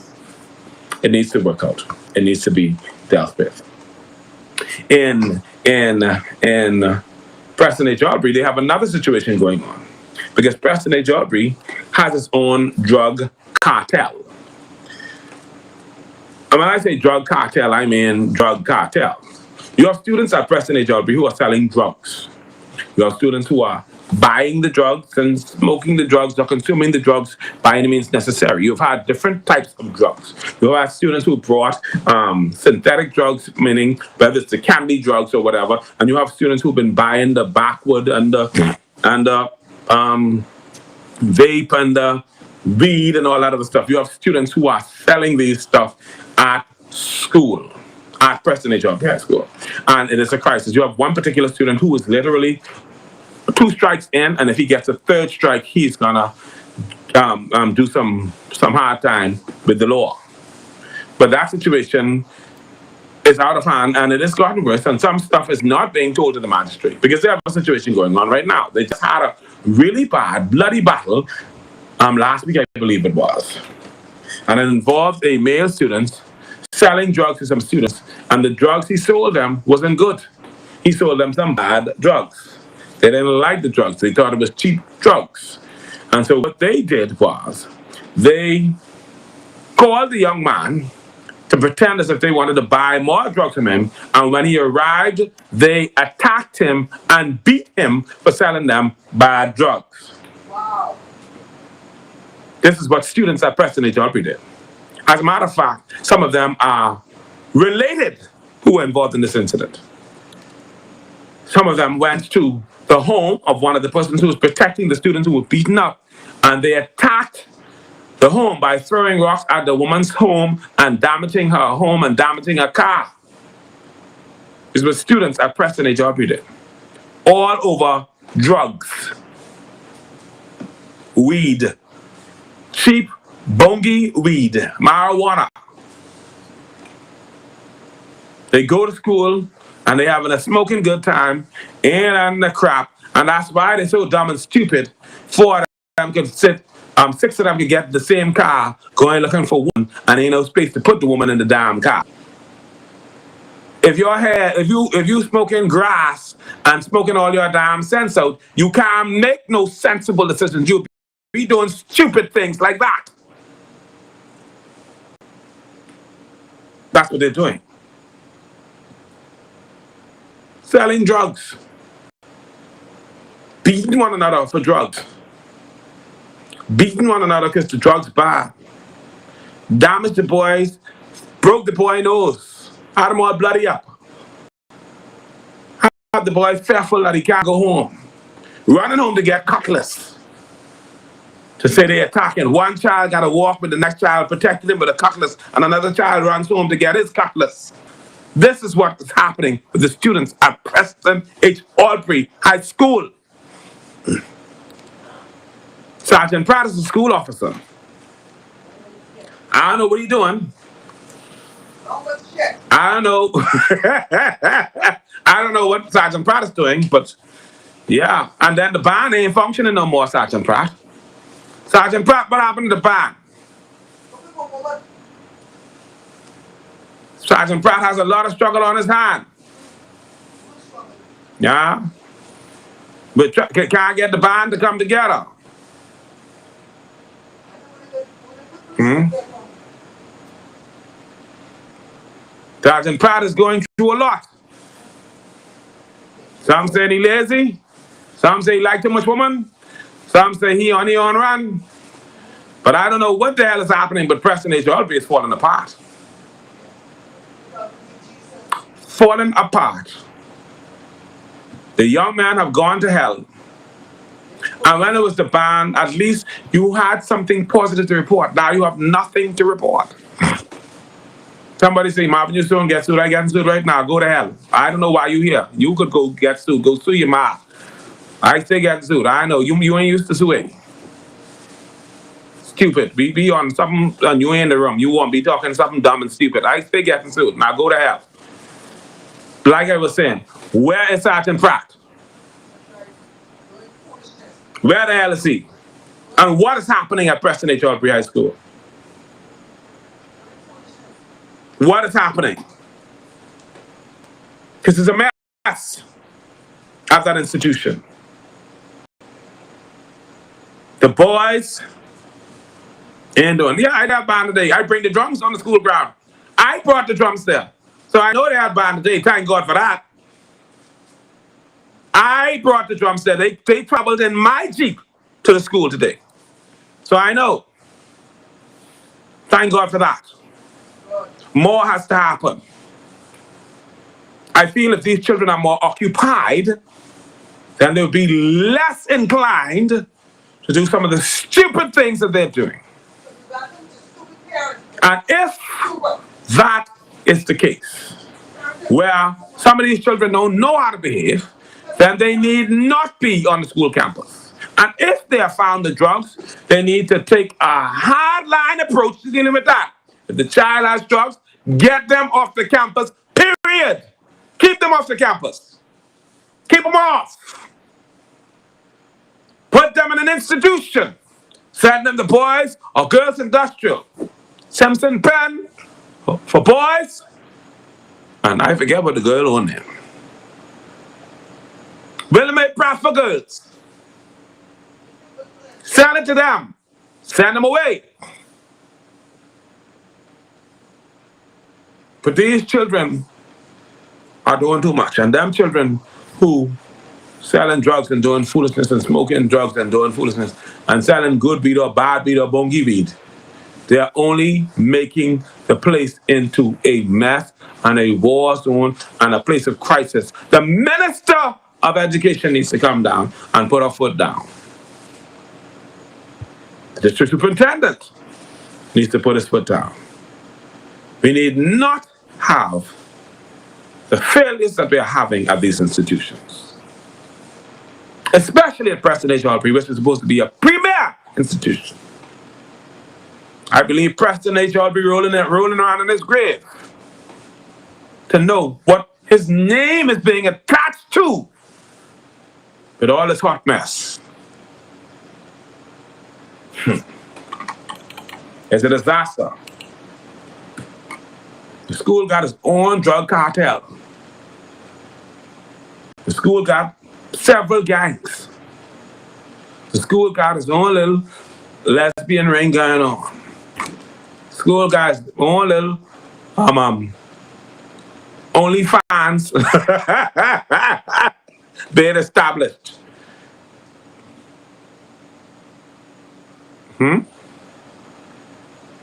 What the hell happened to Preston Albury?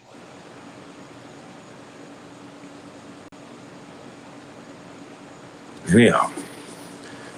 Somebody said my screen black? Oh, my screen gone black. Let me check, see. I ain't checking right now.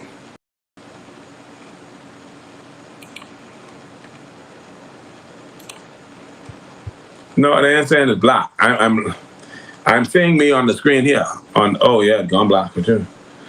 All right, let me see what's going on. All right, how long was it black?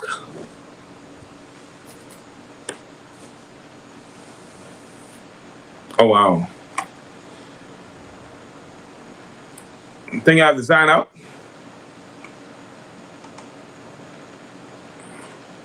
Do you think I have to sign out? I may have to sign out. I don't know. I don't know why, because I can see myself on this side. Let me check the YouTube side. Um, Give me a chance to check the YouTube side and see what's going on. Because I don't know why it went black. Okay, let me check the YouTube side. Okay, the YouTube side is black as well. All right, I can figure it out. Give me a second. Um, Hold on one second. I can figure it out in a minute. Oh, I may have to restart. Give me a second to restart. It's 2:25. Somebody said it went black for a while. I need to figure it out. I may have to end the stream. I'm still on the TikTok. I'll probably end the stream and restart to see what's going on.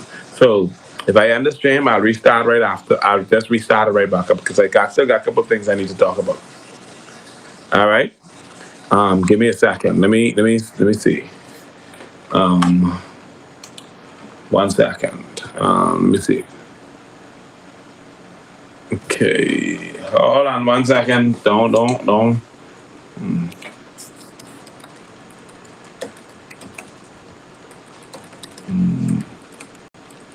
Hold on.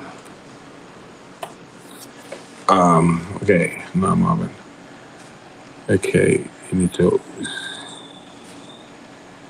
No. Oh, okay. Camera. Switch to back to wide. Let's see. No, wrong. To back out to wide. No, gone wrong. Switch to back thing. No, gone wrong. Switch to front camera. Let me see something. Hold on. I switched to cameras to see if I get different results. I didn't get a different result. Okay.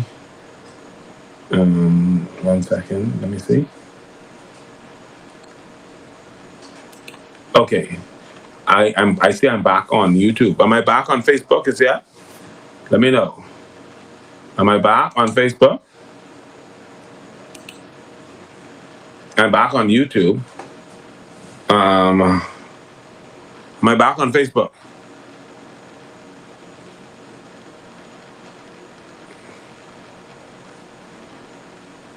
But I'm not back on Facebook. I don't know why I'm not back on Facebook.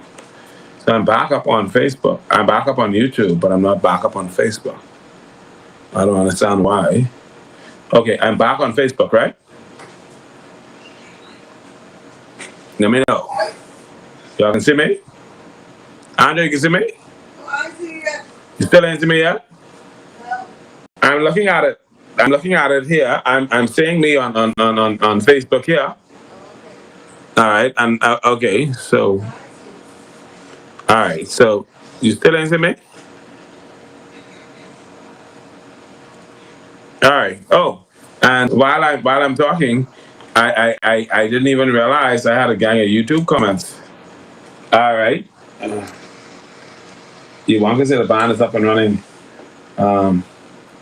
Okay, Iwanka said we train them better. Oh, Iwanka, listen, say. Okay, all right. So somebody's clearing up the story with this teacher. Remember I told you it was Aaron Bailey. So somebody's saying no, it's not Aaron Bailey. Let me read what they say. Okay, they're saying top chat. I want top chat. I want all messages visible. Okay, let me tell you what they're saying. They're saying this is not Aaron Bailey. It's a private school called Noble Preparatory. Ministry of Education fired him for inappropriate conduct. So this young man was fired for inappropriate conduct. The one I told you about, where I said it was Aaron Bailey. This is not Aaron Bailey. It says a private preparatory school.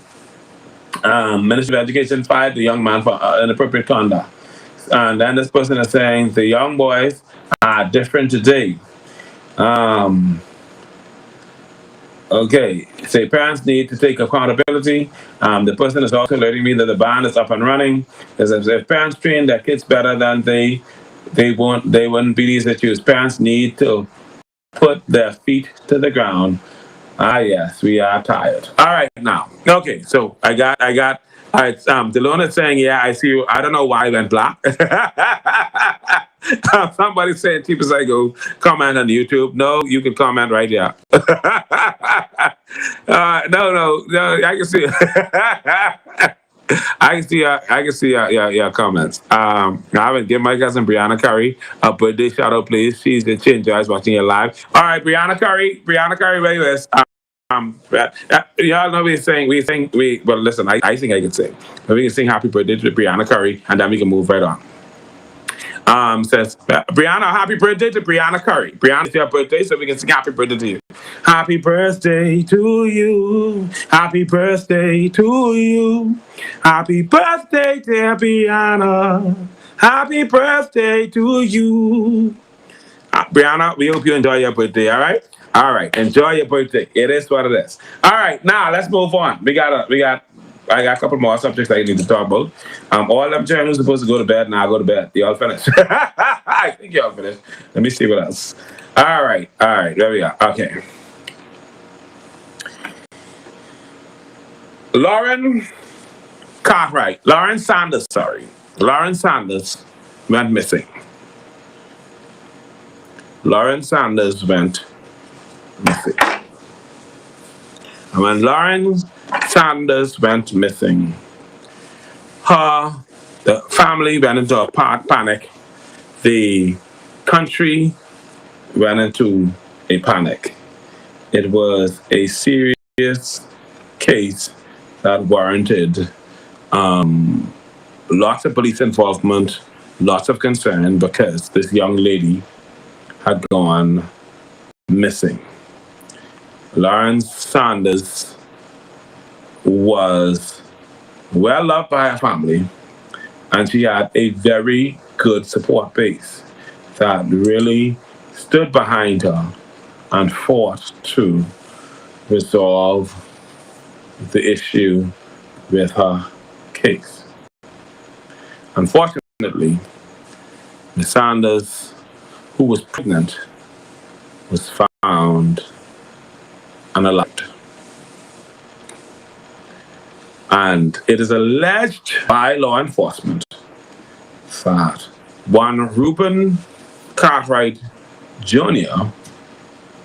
took the life of Lauren Sanders and her unborn child. No one knows if the child was Reuben's child.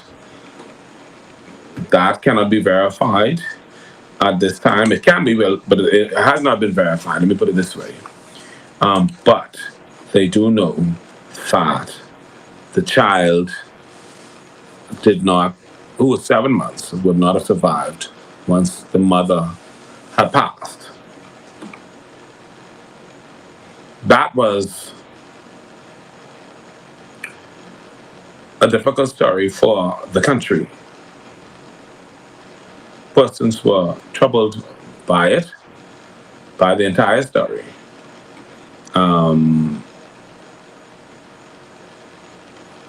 There was no recovery from it. There's no... Because the question that people keep asking is why? Why did this incident occur? And if Mr. Cartwright did what is being alleged, why did he do it? He could have lied. He could have done any number of things. Why go to the extreme to take a life? That is very concerning to me. Why would he do that? I don't understand why he did that or why he would have done that. That is concerning for me on so many levels. Because that should never have happened. That should never have taken place.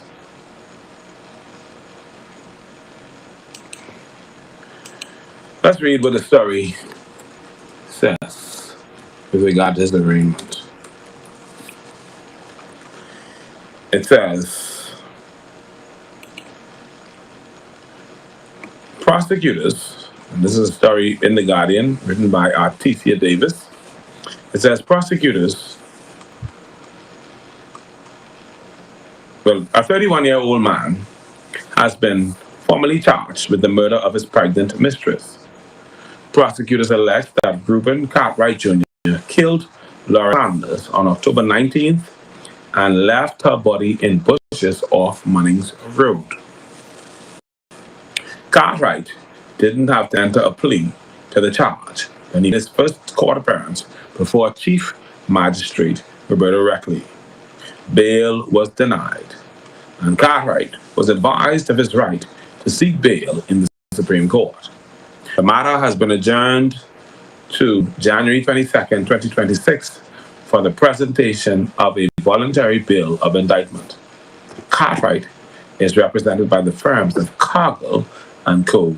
and Monroe and Associates. So he's being represented by Ian Cargill, and he's also being represented by Maine Monroe's firm, Monroe and Associates. They say that he is the son of a high-ranking police officer. And there are already allegations that the police have started screwing up the case. And family members and those associated with Lauren believe that these actions were deliberate. And so you have to wonder about it. Now, there's been a lot of persons who have been carrying on because they say this young man, or whoever the perpetrator was, if it isn't him, killed both mother and child. And the child was 7 months. I don't feel good about this, and there's no way to feel about this. But we have a problem. We have another problem. Let me tell you what that other problem is. The other problem is that we have women in this country who are aborting children at 7 months, who are getting rid of babies because they don't want the child anymore. They're finding ways to get rid of the children, unborn children. And so I don't know that I can sympathize with their vehemence in this matter when many of them are guilty of the very same thing. I sympathize with, or empathize with them, let me put it this way. I sympathize with Lauren's family. I sympathize with them because they've truly lost 2 lives. And if the perpetrator, the law does not allow for the perpetrator to be charged with 2 murders. In the US, he would be charged with 2 murders. But the laws of the Bahamas doesn't allow for that. But for the law to allow for that, there has to be another thing at play. Because we have persons in this country who are aborting children at a significant level of their pregnancy. Will the law, if we desire the laws to change so that the person who perpetrates this action is punished for both deaths, will we apply that same law for when persons who decide, I just don't want this baby, or I ain't want this man no more, so I ain't keeping this child. Will we apply the law in cases like that? That's something to think about. Abortion isn't legal in the Bahamas, as far as I'm aware. Maybe it is. I don't think it is. People like they go get on DNC. It's DNC. They go and get the DNC, and they call it DNC because they don't want to say they're having an abortion. But they're using the DNC to scrape the baby out and get rid of everything else, but they don't want them killing the child.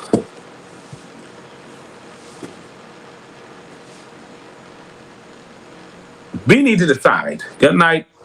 Good night. We need to decide what we want in this matter, what our real position is. But we can't be all over the place about it. What's good for the goose is good for the gander. That's just the way it is. And it's a sad, sad situation. But this young man must face the consequences of his actions. And I truly wished that he could face punishment for 2 murders. But when is a child considered another life? An unborn child considered another life? At what age? And what regulations do we, when we put in place regulations to punish somebody who commits a crime like this, do we also put in place legislation that will address mothers who are aborting children at their whims and fancy at a certain level? When do we decide that this is life and it is not life? These are the questions that we need to answer. Granville, I'm great. It is good to see you. We need to answer these questions. Anyhow, let's move on because I got a couple more things I need to talk about and then I gotta go. Mesmerize, I can put this piece in for you, for the employees of Mesmerize. And then I got 3 more subjects and then I go. I got this story where it says, good morning. I'm writing to shed some light on this situation. Because it's Mesmerize Bahamas. So where is the employees' money? Mesmerize Bahamas. Say, good morning. I'm writing to shed some light on the situation. Currently working for a vendor company at Atlantis named Mesmerizing Bahamas that's under Dubai. I need to speak from the heart about what has been happening with our pay. For weeks now, we have been showing up, putting in the work, and giving our time and energy. Yet we are being paid late for the past month, and the payday is already bi-weekly. Friday, October 31st, would have been another pay week, and we are not even given a clear date of when we can expect our wages. These delays are not just numbers on paper. They are real stress, real worry, and real hardship for people who have families to take care of, bills to pay, food to buy, and lives to manage. Every single day that passes without answers puts us in a harder position. We're trying to keep going, but we cannot pretend that this isn't affecting us deeply. We are not asking for charity. We are asking for the money we have worked for. We deserve honesty, communication, and the dignity of knowing when our pay will come. We come to work and give our best. We show commitment, loyalty, and effort. Yet we are left uncertain and anxious, forced to wait and hope without any clarity. It is exhausting, stressful, and honestly heartbreaking to feel like our lives and responsibilities are being overlooked. We just need fairness. We need respect. And we need the pay that we earned so we can take care of ourselves and our families. All we are asking for is a confirmed date for the wages owed to us and the reassurance that moving forward, we will be paid on time. We deserve that peace of mind. We deserve stability. And we deserve better communication than we have been receiving. Some persons also have loans and ASUs. Who's going to be held for the late fee? Please see the screenshots attached below of when this incident first occurred in September, and we didn't receive funds until October. And now again, another delay this month. Our holidays are coming up, and we need our money and answers. We are still coming to work without pay. So I don't know what's going on, but yeah, they need to get this situation sorted. Mesmerized Bahamas, please sort out the people them and make sure that they get their monies on time. All right? Now, so young man that I need to tell you about before I leave, and I'm gonna tell you about him because I found out about him today. Somebody called me about him, spoke well of about him to me. And I'm gonna tell you in short order about him. Give me a couple minutes. Okay. So Lincoln Bain is running in Pinewood against Miles LaRoda. That race is actually happening. That is taking place. It is a full-on competition. As you know, Lincoln Bain is doing a great job in establishing himself within the political realm as a force to reckon with. The COI has come a very long way, and they are doing excellent with making sure that people get information. Now, of course, I still believe that some of their supporters are rabid, but then that is the same with every political party where you have rabid supporters. But you have to be careful because you don't want to create a situation where people are turned off because of how some supporters behave themselves. Now, the FNM has not named a candidate in Pinewood. There are two persons there. There's another young man, I don't know his name. And then there's this young man who's vying for the nomination. His name is Braxton Bowe Jr. He's a visionary leader, accomplished professional, and faith-driven advocate whose life's work embodies an unwavering commitment to service, empowerment, and progress. Braxton is a proud Bahamian, and he holds a Bachelor's of Science in Electrical Engineering Technology and a doctorate in divinity, achievements that reflect his dedication to excellence in both the technical and spiritual arenas. Professionally, Braxton is the founder and entrepreneur of B&B Global, a thriving construction company established in 2018, where he continues to create opportunities and drive development through innovation and integrity. His career also spans education and public service, where he has made significant contributions as a mathematics teacher at Prince William's Academy, supervisor of preventative estates maintenance at the Ministry of Health, and assistant engineer and manager at the Ministry of Works. Beyond his professional achievements, Braxton serves as assistant pastor at Zoar International Ministries, where he provides spiritual guidance, mentorship, and leadership to his congregation and the wider community.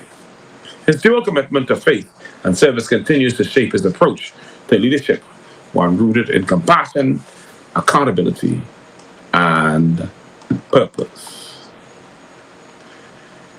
Braxton's journey lies in a genuine desire to serve.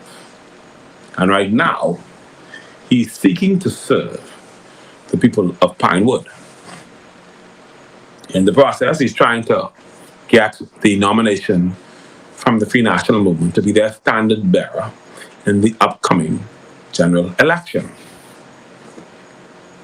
He will be battling with Miles LaRoda, and he will be battling with Lincoln Bain if he is successful.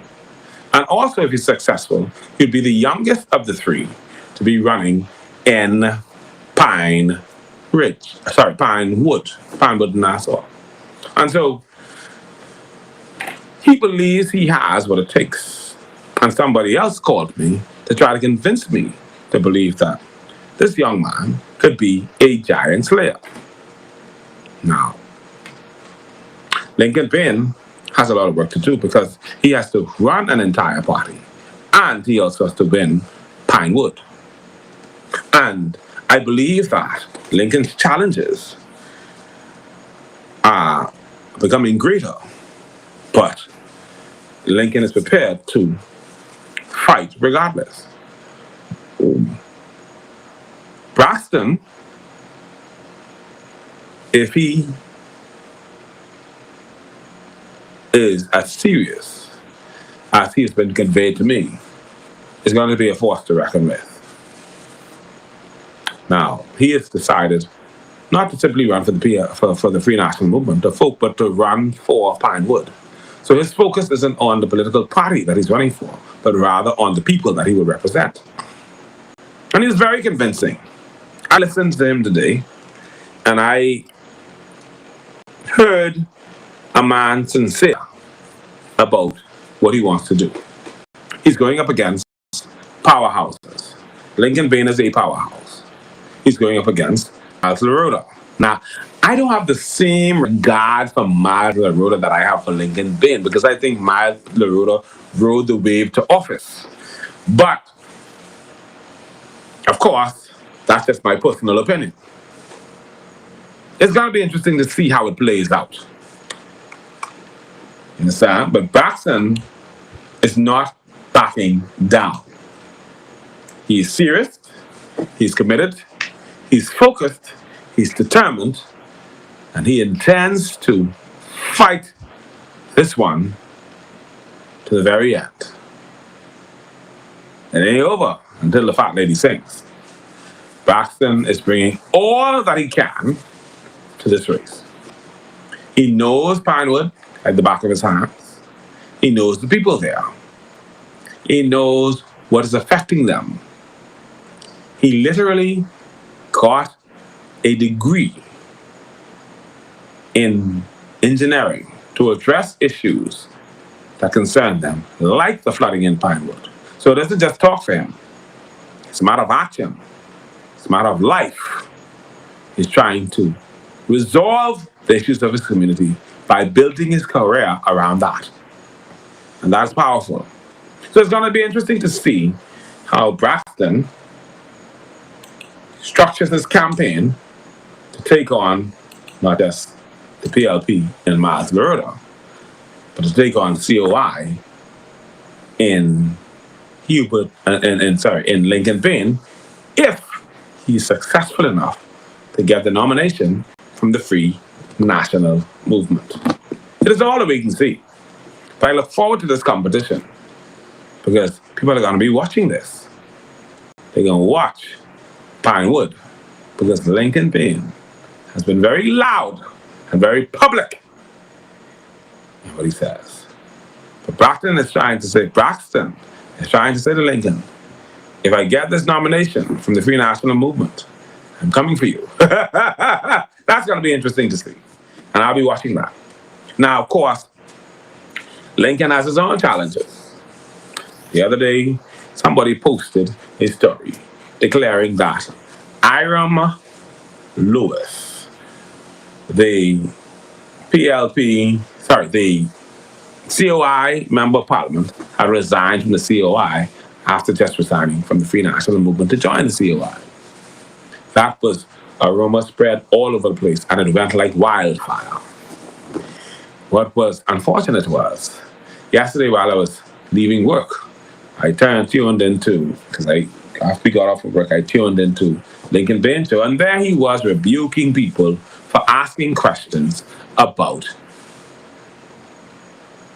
Hiram Lewis's loyalty to COI. And he even said he was concerned about people asking questions like that. He said because they should be smarter than that. And it says if they ask questions like that, he would look at them as suspect. Now, Lincoln, I look at you as suspect. Because now you starting to sound like Hubert Minnis. You're giving me Hubert Minnis vibes. Because you have to understand that journalists are going to hear stories and they're going to ask questions based on what they hear. They're going to receive information and they're going to ask questions based on the information received. If you are now saying that they cannot ask you questions about legitimate concerns or legitimate stories that they hear, then you are starting to say that they cannot approach you. And that's a bad step for trying to get to office. Because the last thing we need is another Hubert Minnis. We don't need politicians that we can't ask or questions to, or that we can't speak to, or that we can't connect with. We don't need politicians who are not prepared to allow us to communicate with them. We don't need them. We need politicians who, regardless of what the question is, they are prepared to answer. That's just the way it is. And so when you start saying, oh, you're going to look at people suspect, that don't sound right. That don't sound good. It doesn't. Don't fool yourself. Don't get so arrogant that people can't talk to you, that they cannot relate to you. You ain't reached yet. You're still trying to get there. You got a long way to go. Don't take it for granted that one or two people are listening to your message and accepting it and going ahead with it. Because you know these beaming people. They will swoon with you and laugh with you and giggle with you and carry on with you and be there with you until election comes, and then they go right back to the PLP and the FNM. And one of the things that will help satisfy them is that you decide that you don't want to talk with them or answer their questions. And so you have to be careful. You cannot get arrogant.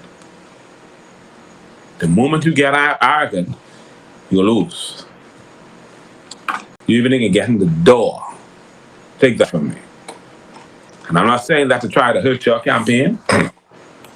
I'm not saying that to try to give anybody else a campaign boost. I'm saying it because that's the reality of our people. We all know it.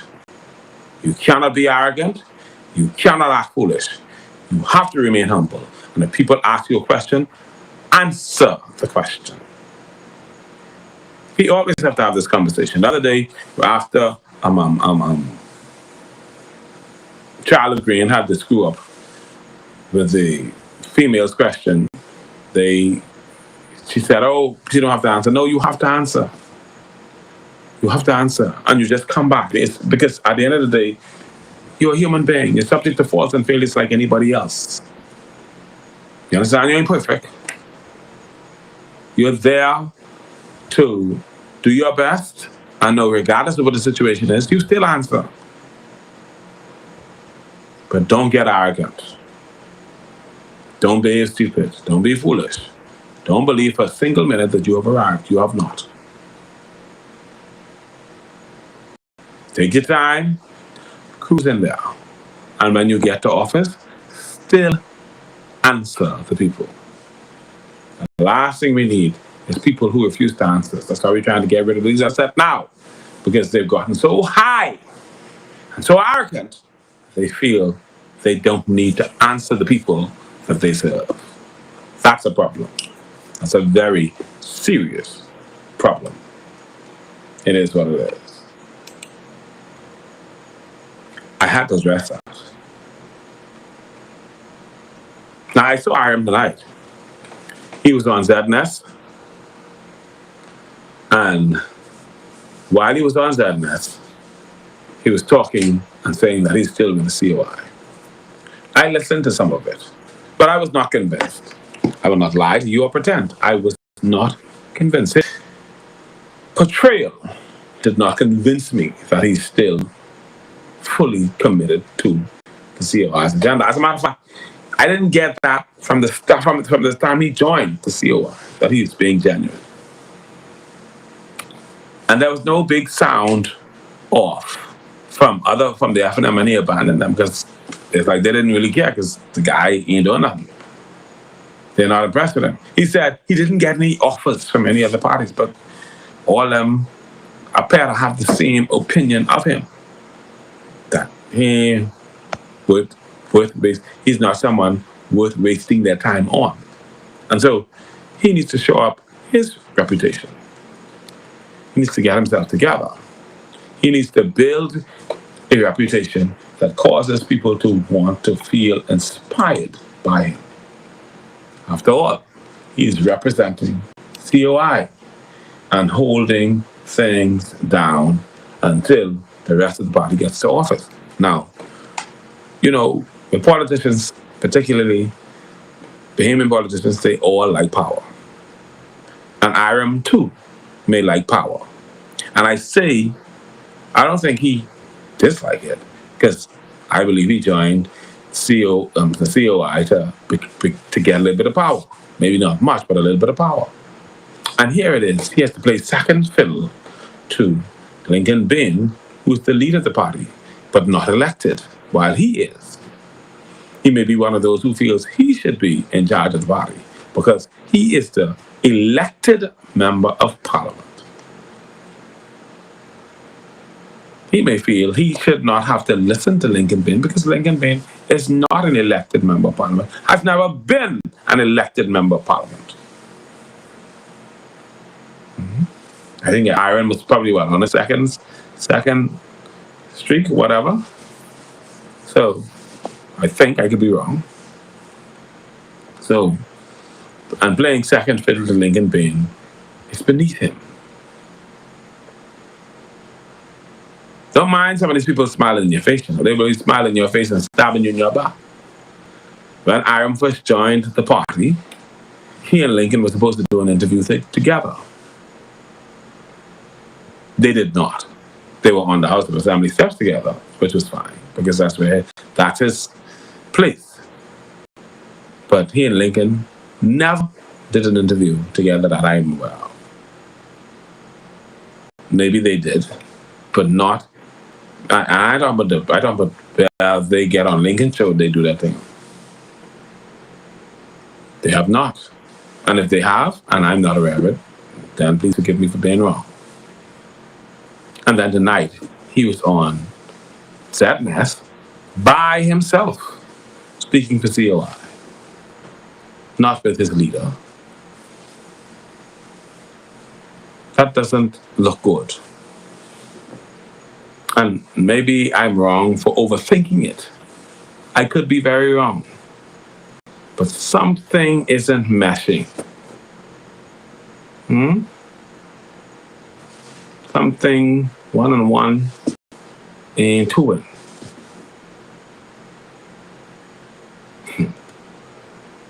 But anyhow, I'll continue to follow and see how this plays out. But I ain't giving up on Lincoln Bain's messaging. And I close him with this.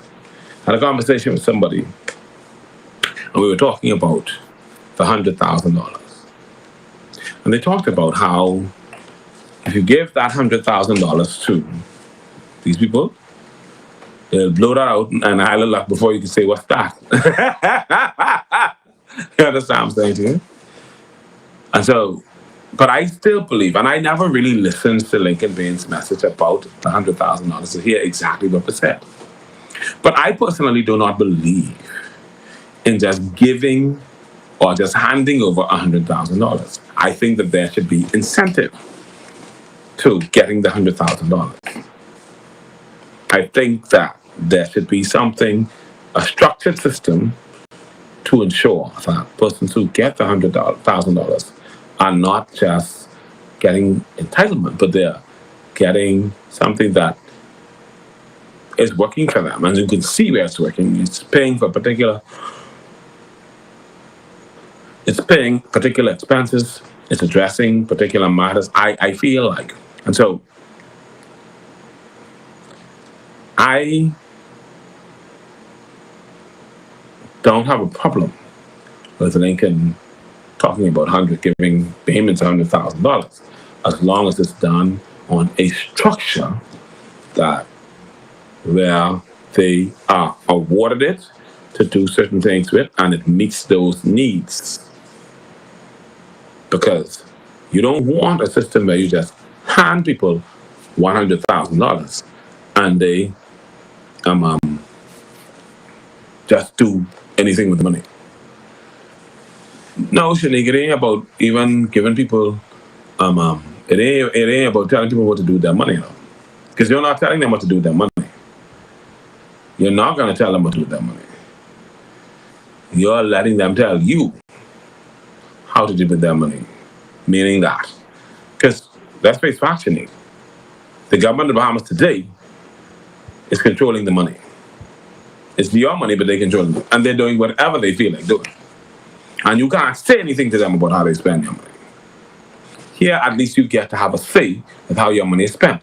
Meaning that, let's just say, you getting this $100,000. It should be incentive driven so that the money doesn't just go to waste. You could look back and see what your $100,000 was spent on, whether it's to purchase a piece of land, whether it's to purchase a home, whether it's to build a home, whatever the case may be. You can look back and see the benefit of your $100,000. That's what I'm saying. I'm saying that it should be an incentive driven initiative designed to ensure that the money does not go to waste or wind up in the hairy bank or wind up in the numbers house with Tobias and who is running against you all in the first place to try to win an election to BMP to make more money. That's what I'm saying. This has to be a common sense issue. I want my $100,000. I want my $100,000. But I want it in an incentive-driven fashion. I want it. Justin Smith is getting his $100,000. He's working for it, He's employed with the government of the Bahamas, and rather than getting $100,000, he's getting almost $200,000. He's getting that money, and that money is being paid to him every year. And if Justin Smith could get his $100,000 under the PLP, I must think you get my $100,000. All I'm saying is, it must be incentive driven. It cannot be where we just willy-nilly give somebody $100,000. Because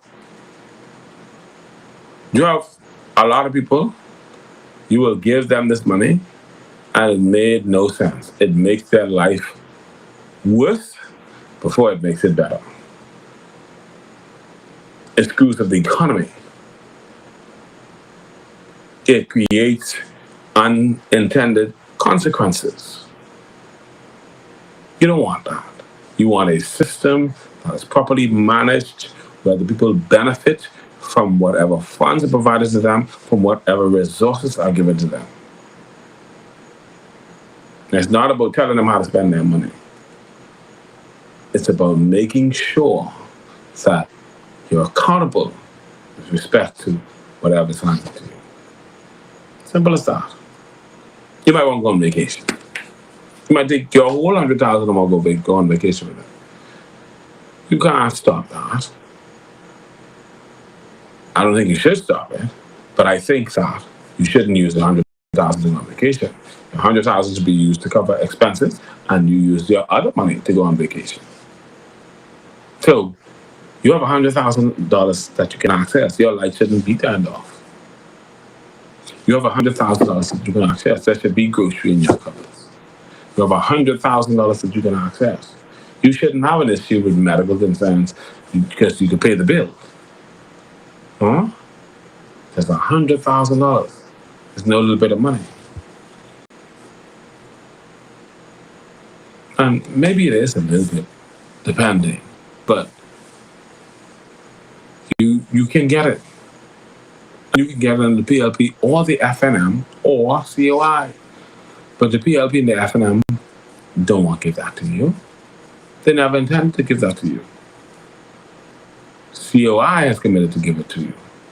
And they've committed to give it to you because they know that you're entitled to it. And we know that it can be done because the PLP is giving it to Justin Smith. He was getting it now going on 4 years from he was 21 years old. And so you need your $100,000. And don't step back from that. That's your money. They have to give it to you. It is what it is. Don't let nobody try to belittle your right to that money. Somebody said, I think it should be monthly checks that adds up to 100,000 in a year. I really believe we can get more. That's why we need to study so we don't get swing. That's correct. I agree with that. We need that kind of thing. We need a proper system in place to cover us. Huh? Somebody said every party made promises they never kept. And I agree.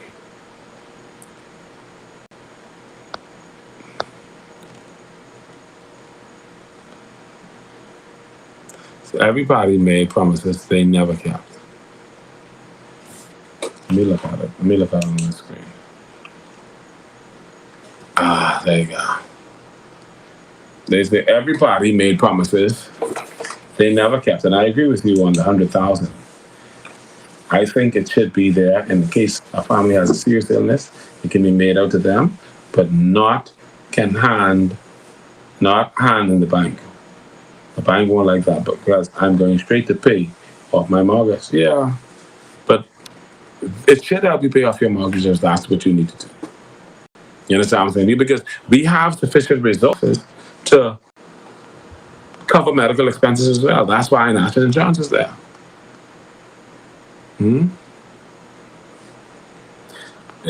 I don't think that the payment, I don't think the COI will have it hard because COI will have structure. And they have to demonstrate structure, but right now they need to just get the office first. And once they get the office, they can put the structure in place. It's just about getting the office first. They got to get the office. And once they get the office and put that structure in place, it is what it is. You have to live within reason. And you have to use common sense. But what I'm also agreeing with is this. It is not an impossible dream. It is not an impossible, it is a reality. Just like how it's a reality for Justin E. Smith, it is also a reality for you. And he's getting his $100,000. He's working for it.